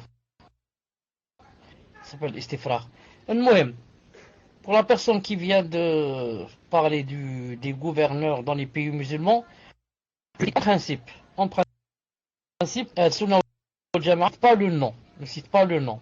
Ils disent, comme dans les pays musulmans par exemple, même s'ils citent le pays, il ne dit pas le nom, il ne dit pas, c'est par exemple comme X. Non, sauf si c'est dans son bien, car il peut des âmes. Il y a des âmes qui sont faibles, des âmes qui ont des ambiguïtés, qui ont des shubuhat, qui ont un peu le takfir, qui est un peu dans le cœur. Donc ils sautent sur ces choses et ça leur fortifie leur aqida, leur fausse aqida. Al-Muhim, je dis, toute personne qui ne juge pas avec les lois d'Allah subhanahu wa ta'ala, ne sort pas, ou bien elle est une mécréante, ou bien elle est perverse, ou bien elle est quoi? Ou bien elle est injuste. Sauf si cette personne ne juge pas dans une des choses et elle a fait des recherches, etc. Elle s'est trompée. Ça, Allah Ta'ala lui donne bien sûr des récompenses. Donc maintenant, comment je fais moi? Moi, ça ne m'intéresse pas que le gouverneur dans le pays auquel je vis, est-ce que c'est un pervers, un injuste, ou un petit mécréant ou un grand mécréant? Car de tout cela, c'est lui qui sera interrogé Yawm al-Qiyamah. Allah Ta'ala ne va pas me dire Yawm al-Qiyamah, écoute, j'allais te faire entrer au paradis, mais il te reste une question. Ton gouverneur, par exemple, supposons Bouteflika, ou le roi 6, est-ce qu'il était mécréant ou non? Et est-ce qu'il était de la grande mécréance ou la petite? Est-ce qu'il était pervers ou injuste? Il ne va pas me demander ça, ou alhamdoulilah, c'est une grande ni'ma. Il va me demander à moi, est-ce que j'appliquais l'islam? Est-ce que j'obéissais à Allah? Est-ce que je m'éloignais des péchés? Ensuite, lui, le gouverneur, il va lui demander à lui, pourquoi tu n'as pas jugé avec les lois d'Allah? Pourquoi ceci, pourquoi cela? Grande ni'ma, ou alhamdoulilah. Reste... Donc, naam. Ensuite, supposons maintenant, quelqu'un va dire, pourquoi? C'est bien de savoir, par exemple, s'il est kafir ou pas kafir. Il est un grand kafir. Supposons maintenant que ça soit un grand kafir. Quelqu'un qui soit sorti de l'islam. Automatiquement que je dois lui déclarer la guerre et prendre le fusil de chasse et former un groupe et se re contre lui. C'est pas la aqida ni le minhaj de Al-Sunnah al-Jama'a. Al-Sunnah al-Jama'a disent, si les kafir, il faut quoi? Il faut conditions. Est-ce qu'on a les moyens, par exemple? Vous avez compris, est-ce qu'on a les moyens de le combattre? Je donne un exemple très simple. Le gouverneur de la Syrie, ce sont les savants contemporains qui ont dit de lui que c'est un Nusayri. Un Nusayri, c'est un kafir. Comme salam wa barakatuh. Pour ceux qui ne savent pas, ça veut dire Alawi. Alawi, ça vient de Ali. Ils adorent Ali à la place d'Allah subhanahu wa ta'ala. Maintenant, quand les gens, c'est-à-dire le peuple, est sorti contre Bachar, contre ce Bachar, ils sont sortis contre lui. Qu'est-ce qui s'est passé? On ne va pas se mentir, hein? On se dit la vérité. Est-ce que ils étaient mieux ou bien ils sont mieux? Moi, je suis parti en Syrie. Je suis resté là-bas quelques jours, une quinzaine de jours.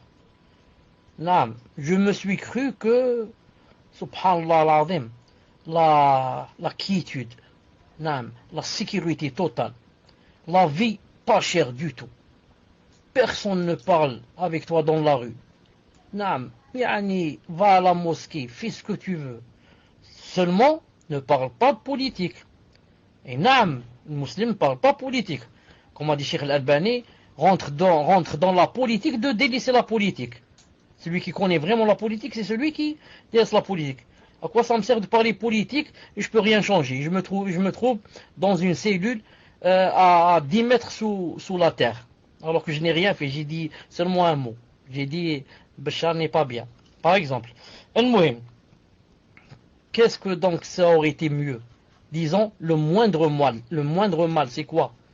De rester avec ce Bachar que les savants ont dit c'est un kafir, ou bien de lui déclarer comme ça la guerre et de ne rien pouvoir faire avec lui. Et regardez ce qu'il a fait, des milliers de morts, de femmes, d'enfants. Il y en a qui mangent les herbes. Il y en a jusqu'à présent. En Syrie, ils mangent de l'herbe, si c'est possible. Et maintenant, s'ils peuvent trouver par exemple un chat mort ou bien un chien mort, ce serait trop beau. Ils vont faire une fête. Là, il y a des gens qui vivent comme ça, et du matin au soir, les avions n'arrêtent pas au-dessus de ta tête de jeter des barils pleins d'explosifs. Pourquoi? Non, ils sont pleins ici en Algérie. Dans chaque mosquée, chaque prière, quand on prie, il y a quelqu'un qui se lève. Ya Ikhwani, je suis de Syrie, et ma mère, je suis avec ma femme, mes enfants. Al-Muhim. Ils n'ont même pas en Syrie, ils n'ont même pas ce qu'on appelle Stinger. Singarada. C'est quoi? C'est une arme qui peut faire tomber un avion. Ils n'ont même pas cette arme. Naam. Donc, de temps en temps, une fois par 6 mois, ils font tomber un avion avec Kalachnikov ou je ne sais pas quoi. Naam. Mais sinon, ils n'ont pas l'arme qui fait tomber l'avion. Ça fait presque 2 ou 3 ans qu'ils sont en train de combattre. Ils n'ont même pas pu se débrouiller une arme qui fait tomber l'avion. Et personne ne veut leur donner cette arme. Parce que celui qui te donne cette arme, il a peur après. Tu ne vas jamais la rendre. Ensuite, aucun pays ne peut rentrer chez toi parce que tu as cette arme, tu fais tomber tous les avions. El-Mohim. Je dis, ce n'est pas facile de dire que il est kafir, donc ça veut dire je vais. Allah Ta'ala, quand il a dit A'idou lahum mastata'tum min ribat al-khayr, il a dit Turhibouna bi'adullah. Allah Ta'ala, quand il a dit préparez leur, je traduis de moi-même, approximatif, préparer contre eux, ce qu'il faut, etc. Il a dit Turhibouna bi. Il faut que la chose que vous prépariez, Allah Ta'ala bien dit, il a employé le verbe turhiboun, pour que vous fassiez peur à Adouallah, à mon ennemi, l'ennemi d'Allah. Vous fassiez peur. Ça veut dire, si tu prépares un couteau, tu ne vas pas faire peur. Voilà, terroriser. Tu prépares Kalachnikov, ou là une bombe, ou là une grenade, tu ne vas pas faire peur. Une hache, tu ne fais pas. Prépare toutes les armes nécessaires. Toutes les armes nécessaires. المهم تفضل إن شاء الله تعالى pour une autre question. Question suivante, question d'un frère. Hayakum Allah. Par rapport à la dernière phrase de Cheikh Ibn Ibrahim al-Cheikh que vous avez cité, Cheikh Salah al-Cheikh voit comme étant le dernier avis de Cheikh Ibn Ibrahim dans son Sharh Kitab Tawhid. Si un frère salafi est convaincu de cet avis par rapport aux preuves que cite le Cheikh Salah al-Cheikh, qui est que celui qui juge dans toutes ses affaires avec autre que les lois d'Allah est un mécréant.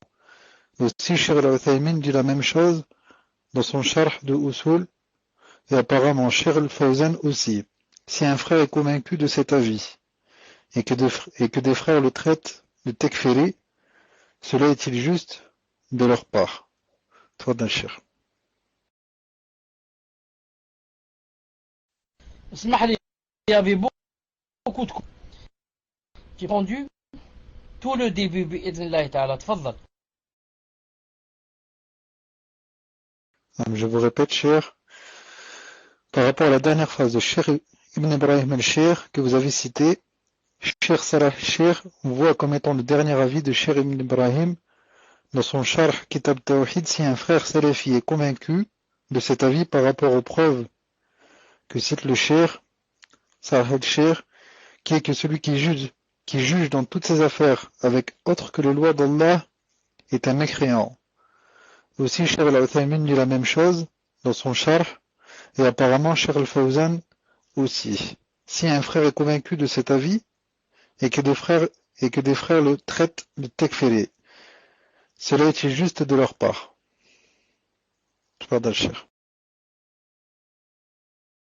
Dans ce cas, ils n'ont pas le droit de le traiter de takfiri tant qu'il prend cela d'un ou grand savant contemporain. Donc c'est impossible de dire que c'est un takfiri, mais juste de dire qu'il y a divergence en cela.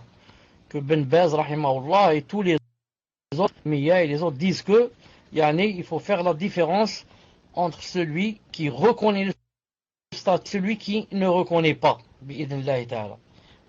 Donc ils n'ont pas le droit de le classer comme takfiri si vraiment il a pris ça, des grands savants. Fadlal. Par contre, de façon générale, même je vous demande de faire des efforts sur la rédaction de vos questions. Relisez-vous, Inch'Allah. Parfois, il y a des phrases qui ne veulent rien dire, il manque des mots, etc. Relisez-vous avant de nous les envoyer et voyez déjà si vous arrivez à comprendre ce que vous avez écrit. Car c'est sûr que parfois, vous-même, si vous relisez, vous verrez que vous ne comprenez pas ce que vous écrivez. Barakallahu fikum de faire des efforts. Question suivante, chère, question d'une sœur. Cher, j'aimerais savoir, qu'en est-il d'une personne qui dit que dans les autres religions, il n'y a pas de miséricorde comparée à l'islam qui facilite beaucoup de choses. Sachant que les autres religions sont aussi des révélations d'Allah, est-ce correct de dire qu'il n'y a pas de miséricorde? Pour compléter, cher, la révélation, est-ce une sifat fi'aliya? Jazakumullah khairan. Tfadal, cher.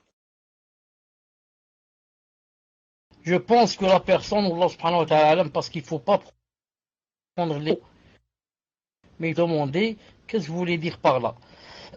Je pense que la personne, Allah ta'ala, veut dire que l'islam, c'est-à-dire notre religion, les religions soit l'islam, mais l'islam, yani, comparaison par exemple, et les religions d'avant, yani, plus de miséricorde et de permission. Regarde, autrefois par exemple, c'était interdit de prier dans la rue. Il faut prier seulement dans l'église ou synagogue. Maintenant, tu peux prier dans la rue. Non. Autrefois, il n'y a pas d'eau jusqu'à ce qu'il y ait l'eau. Même de 2 jours après attraper les prières. En islam, alhamdoulilah, regarde la rahma, c'est quoi? Tu fais la salat avec. Dans notre salat, notre législation, tu peux grouper entre les salats. Il n'y avait pas ça peut-être autrefois. C'est une rahma. Tu raccourcis la salat. C'est une rahma. Et comme ça, la personne veut dire, dans notre religion, il y a plus de miséricorde que dans celles qui ont précédé. Non. Sinon, dire qu'il n'y avait pas du tout de miséricorde, c'est pas vrai. La religion devient le ranima aussi. Non. Le ranima autrefois, la ranima, le butin. Le butin autrefois, il ne fallait pas le prendre, il fallait le brûler. C'est-à-dire qu'Allah Ta'ala va envoyer un feu pour le brûler. Maintenant, le butin, chez nous, c'est permis et on va le partager entre les soldats. Vous avez compris? Mais de là à dire que dans les autres religions, il n'y avait pas du tout de miséricorde, ça se contredit avec ce dîme qui vient du tout miséricordieux, très miséricordieux. Nam. Quant à la révélation, est-ce que c'est une sifat? J'ai pas compris qu'est-ce qu'elle veut dire exactement par le mot révélation. Il faut qu'elle me le donne en arabe. Tfaddal. Donc on demande à cette sœur de s'adresser au frère Ta'amallah. Question suivante, question d'un frère. Cher, ainsi que tous ceux qui nous entendent, concernant l'intercession du prophète, sallallahu alayhi wa sallam, le jour du jugement. J'ai entendu à la télé en Algérie, sur la chaîne Iqra, qu'il va demander à Allah subhanahu wa ta'ala d'intercéder pour les musulmans, mais aussi pour ce qui m'a étonné. Je relis, cher. Concernant l'intercession du prophète sallallahu alayhi wa sallam, le jour du jugement, j'ai entendu à la télé en Algérie, sur la chaîne Iqra, que le prophète sallallahu alayhi wa sallam va demander à Allah subhanahu wa ta'ala d'intercéder pour les musulmans, mais aussi pour ce qui m'a étonné, pour les kuffars aussi. Et est-ce vrai qu'il va intercéder pour les kuffars, qu'Allah vous pardonne, ainsi que les admins et tous les musulmans? Amin. Tfadal, cher. Celle qui a posé la question a dit qu'Allah vous pardonne ainsi que les admins et tous les musulmans. Moi j'ajoute pardonne à cette personne qui a parlé ainsi à la télévision et a égaré des millions de à cette personne-ci, comme quoi il y a l'intercession des petits. Non.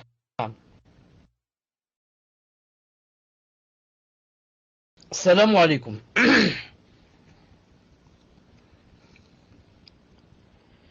J'avais dit, qu'Allah Ta'ala pardonne à cette personne qui a dit cette chose à la télé, a égaré avec elle peut-être des millions d'auditeurs. Peut-être des millions d'auditeurs que Allah subhanahu wa ta'ala lui pardonne. Ensuite, d'où quoi? D'où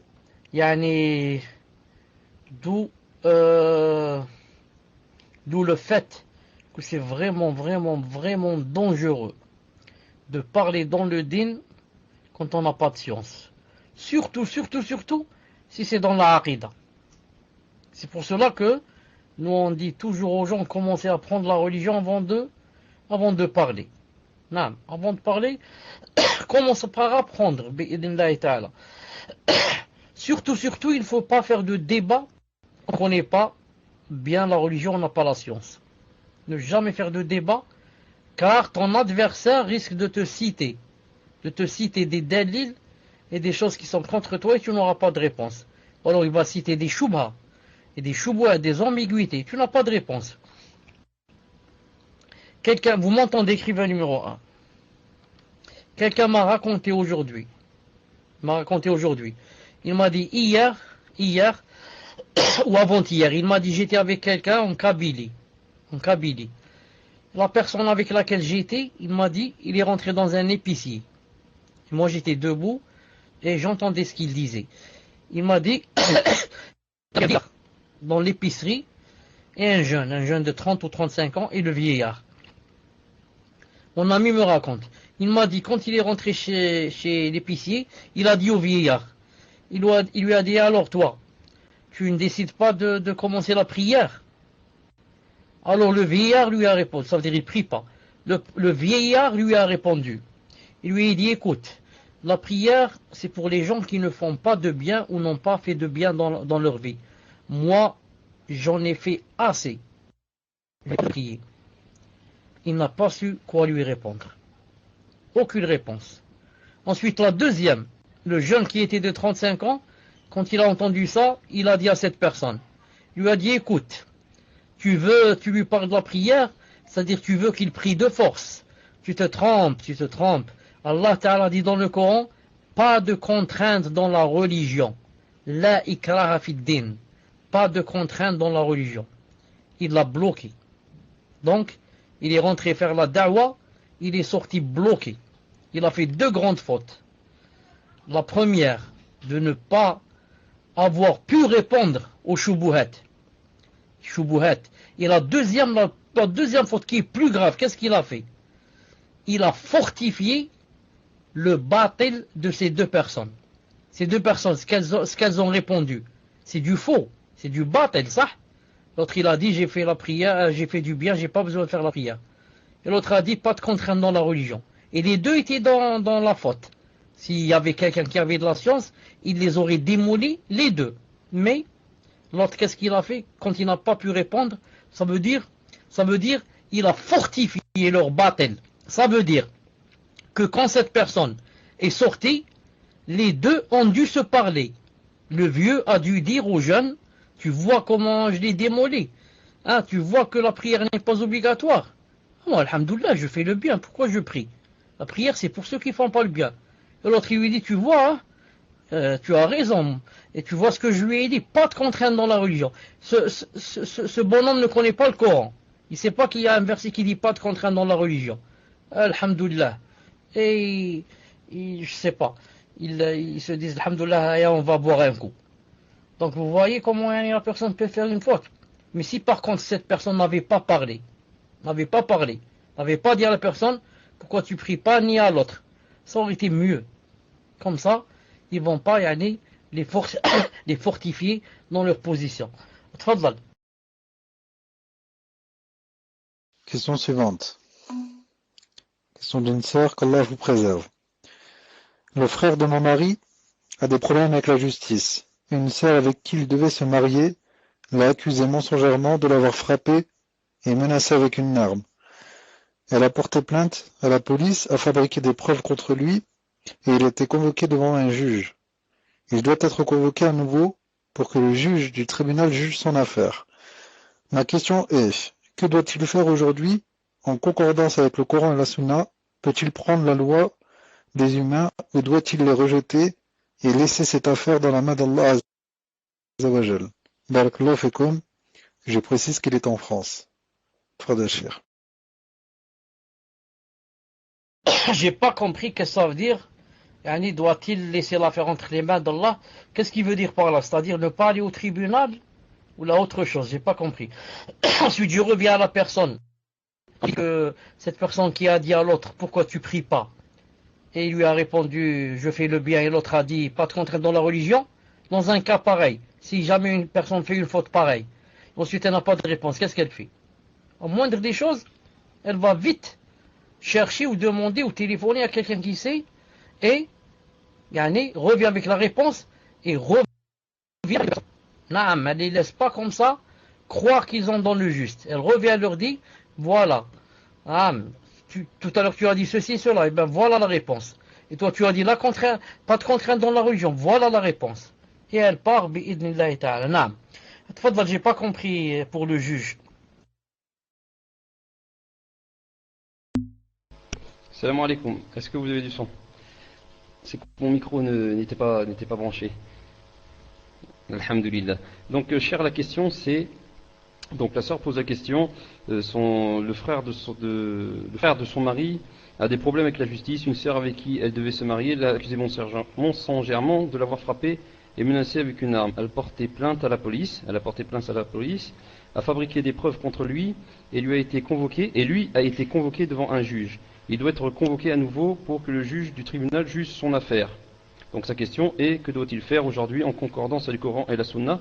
Peut-il prendre la loi des humains ou doit-il les rejeter et laisser cette affaire dans la main d'Allah Azza wa Jal? C'est-à-dire la main d'Allah Azza wa Jal, je pense qu'elle dit ne pas porter plainte et rien faire. Allahu a'lam. Mais moi, ce que j'ai compris, c'est que c'est elle qui a porté plainte, c'est pas lui. C'est elle qui a déposé plainte contre lui.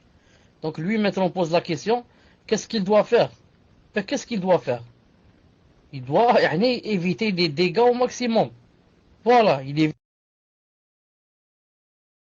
Maintenant, si on va le convoquer, et ensuite, par exemple, l'emprisonner, ou bien lui dire tu dois payer telle et telle chose, alors que normalement il ne paye pas dans la charia, qu'est-ce qu'il doit faire? Il n'a pas d'autre solution, par exemple. Donc il doit détester ça avec son cœur. Non, il doit détester cela avec son cœur. Il dit, ya Allah, shahad, ya Allah, sois témoin que c'est de l'injustice qu'ils font. Ce n'est pas ta charia. Maintenant, si on l'emprisonne, il doit aussi s'en remettre à Allah Ta'ala. Donc, je ne vois pas qu'est-ce qu'on peut lui répondre. Donc, je ne sais pas si Mousselim est revenu. Je vais poser la prochaine question. Donc, prochaine question d'un frère. Assalamu alaikum Cheikh, qu'Allah vous préserve et qu'il nous préserve tous. Amin. Vous avez cité dans un cours précédent l'avis de Cheikh Uthaymin concernant celui qui fait la magie mais qui n'est pas kafir. Est-ce que vous pouvez m'éclaircir sur ce point et est-ce qu'on peut le suivre dans la prière et s'il meurt, on doit lui faire tout ce qu'on fait aux musulmans? Barakallahu fik. J'ai entendu, tu as dit, est-ce qu'on peut le suivre dans la prière? Qu'est-ce que ça veut dire cette phrase? C'est-à-dire, est-ce que s'il est imam, est-ce qu'on peut le suivre? Est-ce qu'il s'il dirige la prière, est-ce qu'on peut le suivre? Est-ce qu'on peut prier avec lui ou derrière lui? Je pense que ça doit être ça. Car j'ai eu peur de comprendre que il voulait dire s'il meurt, est-ce qu'on prie sur lui? Al-Muhim, je confirme que Cheikh Ibn Uthaymin rahimahullah, et j'ai lu ça pas seulement dans un livre, au moins dans deux livres, là, qu'il fait la différence pour le sorcier, il le divise en deux sortes.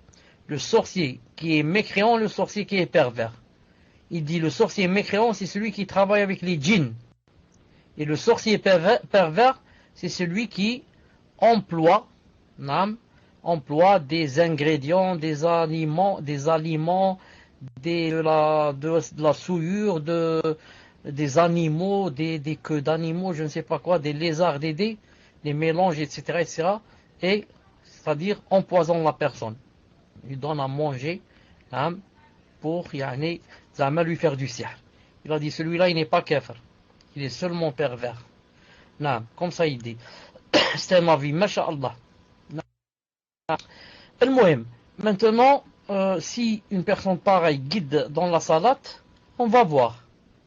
S'il y a une autre mosquée plus proche, on va vers l'autre mosquée.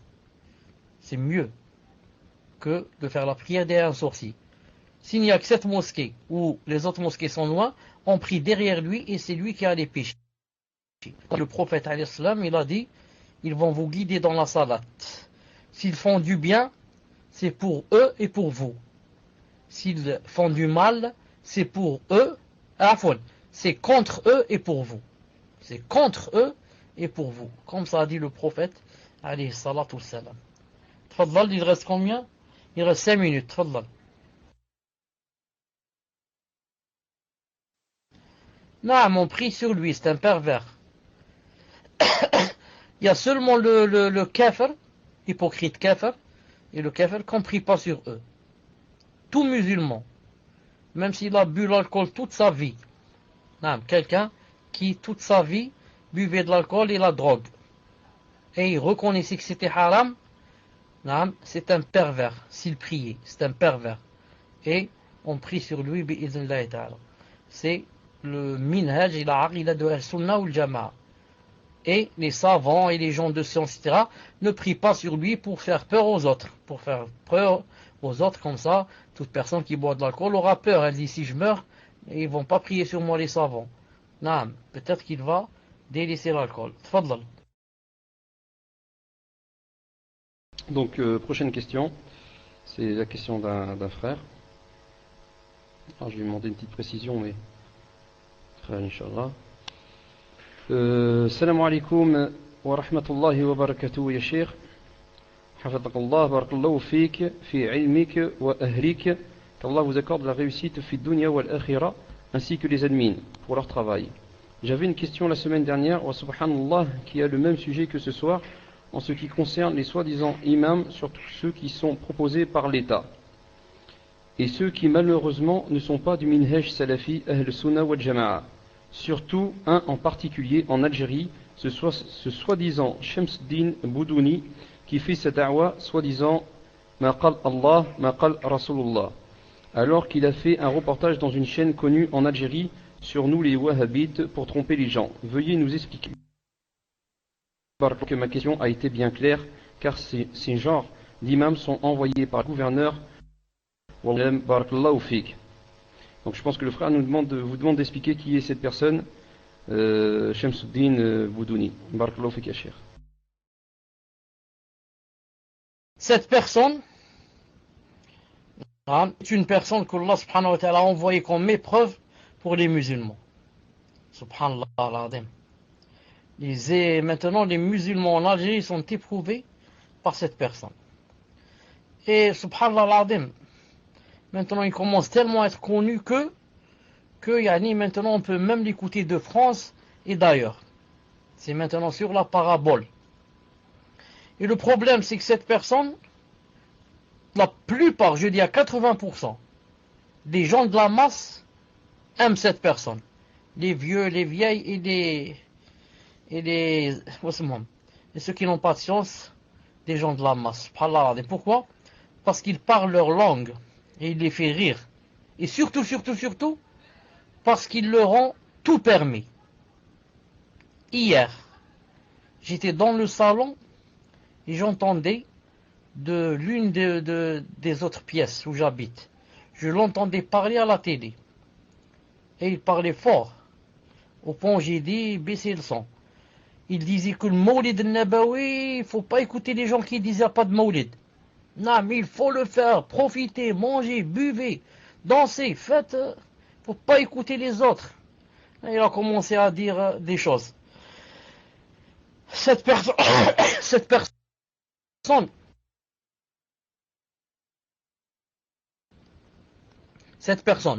je personnellement, et il y a, vous m'entendez pas?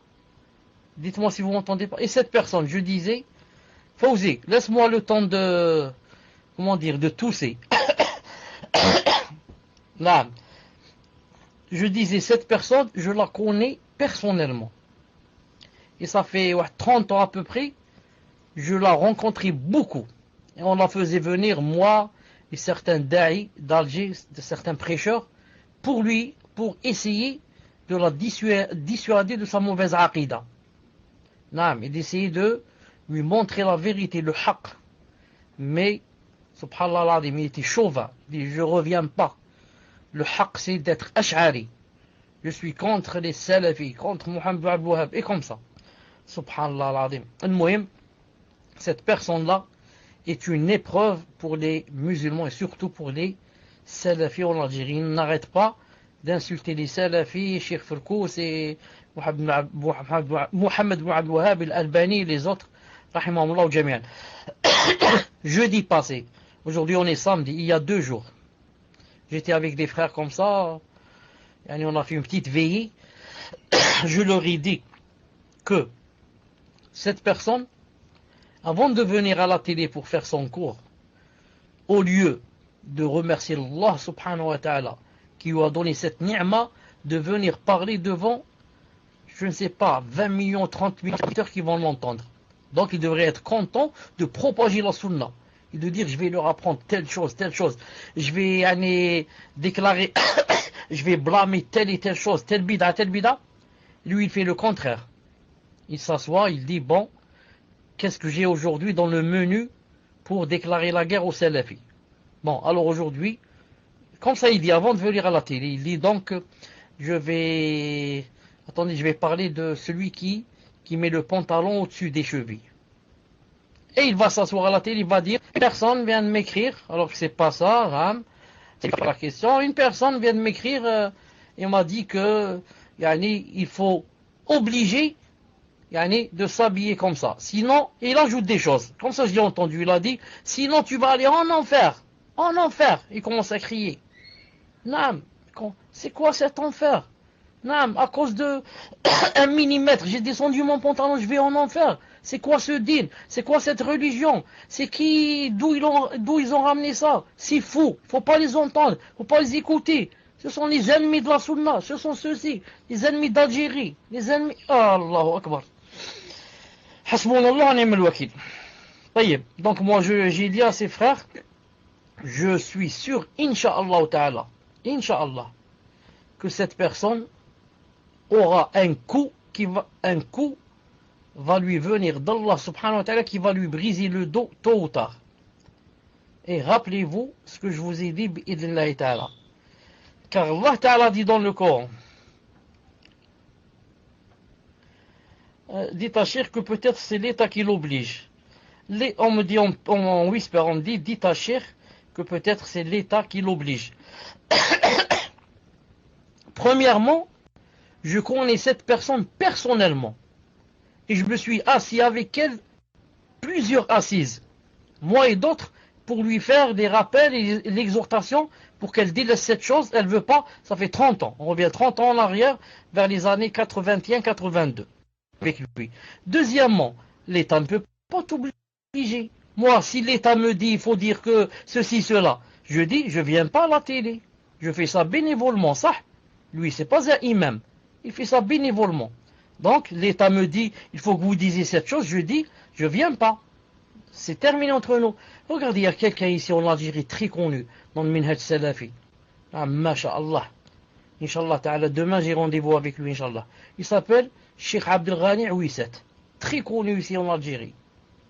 Il faisait la da'wa à la radio. Et puisqu'il est kabyle, il parlait en kabyle. Il a da'wa marché, masha'Allah. Ensuite, un jour, on lui a dit, écoute, si tu réponds aux questions, je ne sais pas qui a dû les piquer, ils lui ont dit alors, quand tu réponds aux questions, il faut répondre d'après le rite malikite, Madame Maliki. Sinon, c'est pas la peine de répondre. Alors, qu'est-ce qu'il a dit? Il a dit, salam alaikum. Moi, je reviens plus. C'est pas obligé que je fasse. Moi, quand je faisais pour Allah Ta'ala. Allah a dit, son prophète a dit, vous voulez maintenant me forcer? Salam alaikum. Donc, ce Shamsou, celui-là, qu'est-ce qui l'oblige à rester? Si ce n'était pas lui qui voulait. Et je dis, je le connais personnellement. Son grand ennemi, c'est quoi? C'est les salafs. C'est les salafs. Une fois. Regardez le mot DRS. Une fois, on lui a dit, Zama. Lui, il a dit comme ça. Il a dit, ma fille a vu dans le Facebook elle a vu, ou là sur internet, je crois qu'il a cité Facebook, que les gens disent de moi que je fais partie du DRS, Direction du renseignement et de la sécurité, DRS, c'est-à-dire la sécurité militaire. Il a dit, oui, c'est vrai. Je lui ai dit, ma fille, c'est vrai. DRS, ça veut dire, Ana Dair Rayi Salafiya. Ça veut dire, je fais, c'est-à-dire, comment on va dire ça en français, ça veut dire que, yani, je fais, hein, c'est-à-dire que les salafis, je les, yani, presque si je puis dire, yani, je les écrase, c'est-à-dire que c'est mon problème. C'est-à-dire, du matin au soir, je ne parle que d'eux. C'est mes principaux adversaires. Des raïfs salafiyya. Je fais ce que je veux sur les salafis, c'est-à-dire contre les salafis. Regardez comment il a interprété la chose. Zama Sah, sa fille a vu cette chose et est venue lui dire, c'est juste pour faire rire les gens et leur montrer que c'est vraiment un ennemi de la salafiyya. Je disais, Allah Ta'ala dit au Coran, il a dit, vous connaissez tous Surat, wa rafa'na laka dhikrak. Lorsque Allah Ta'ala dit, wa rafa'na laka dhikrak. Et on a élevé dhikrak. Dhikrak, ton invocation. Il parle du prophète sallallahu alayhi wa sallam. Vous n'avez pas remarqué que le prophète sallallahu alayhi wa sallam est mort et jusqu'à présent, chaque adhan, on entend ashhadu anna Muhammadan Rasulullah. Ça ne s'arrête pas jusqu'à la fin du monde. Regardez comment Allah Ta'ala lui a élevé son nom et son invocation, sans parler de sa sunna Allah Ibarak qui est partout. Cheikh Ibn Taymiyyah a dit, toute personne qui suit le prophète avec sincérité, et l'aime et le suit avec sincérité, Allah Ta'ala va élever aussi son nom. Que ce soit dans cette dunya ou dans l'au-delà. Allah Ta'ala va élever son nom. Et toute personne qui est ennemi au prophète ou qui combat sa sunna, Allah Ta'ala va lui donner le statut de, lorsqu'il a dit dans le Coran, Inna shani'aka huwa al-abtar. Inna shani'aka huwa al-abtar. Ton adversaire, celui qui te hait, c'est lui, l'abtar, le coupé. C'est lui qui n'aura pas d'enfant. C'est lui qui, le frustré, si je puis dire. Inna shani'aka huwa al-abtar. Ibn Taymiyyah a dit, chaque personne qui est contre le prophète, ou bien qui, combat, le combat lui, ou combat sa sunna. Il a dit, à une part de ce verset, qu'Allah Ta'ala, va lui couper, les pieds, mais qui n'ira pas loin. Donc je dis, cette personne, bi'idhnillahi Ta'ala, n'ira pas loin. Allah Ta'ala aura le dos brisé, sauf s'il fait la tauba. Il n'a pas le Cheikh Ferkous, il a dit c'est qui celui-là, il n'a pas de science. Il a dit comme ça, il ne faut pas écouter Cheikh Ferkous, il n'a pas de science. Subhanallah al-Azim. Qu'est-ce qu'on dit? Hasbunallah wa ni'mal wakil. Hasbunallah wa ni'mal wakil. Hasbunallah wa ni'mal wakil. Subhanak Allahumma bihamdik, shahadu an la ilaha illa ant, astaghfiruka wa atubu ilayk. Le frère Ibn Ali, si tu es là, j'ai besoin de toi 5 minutes, inshallah. Assalamu alaikum wa rahmatullah wa barakatuh. Beaucoup de gens parlent sur les gens. نعم جزاكم الله خيرا جميعا. السلام عليكم ورحمة الله.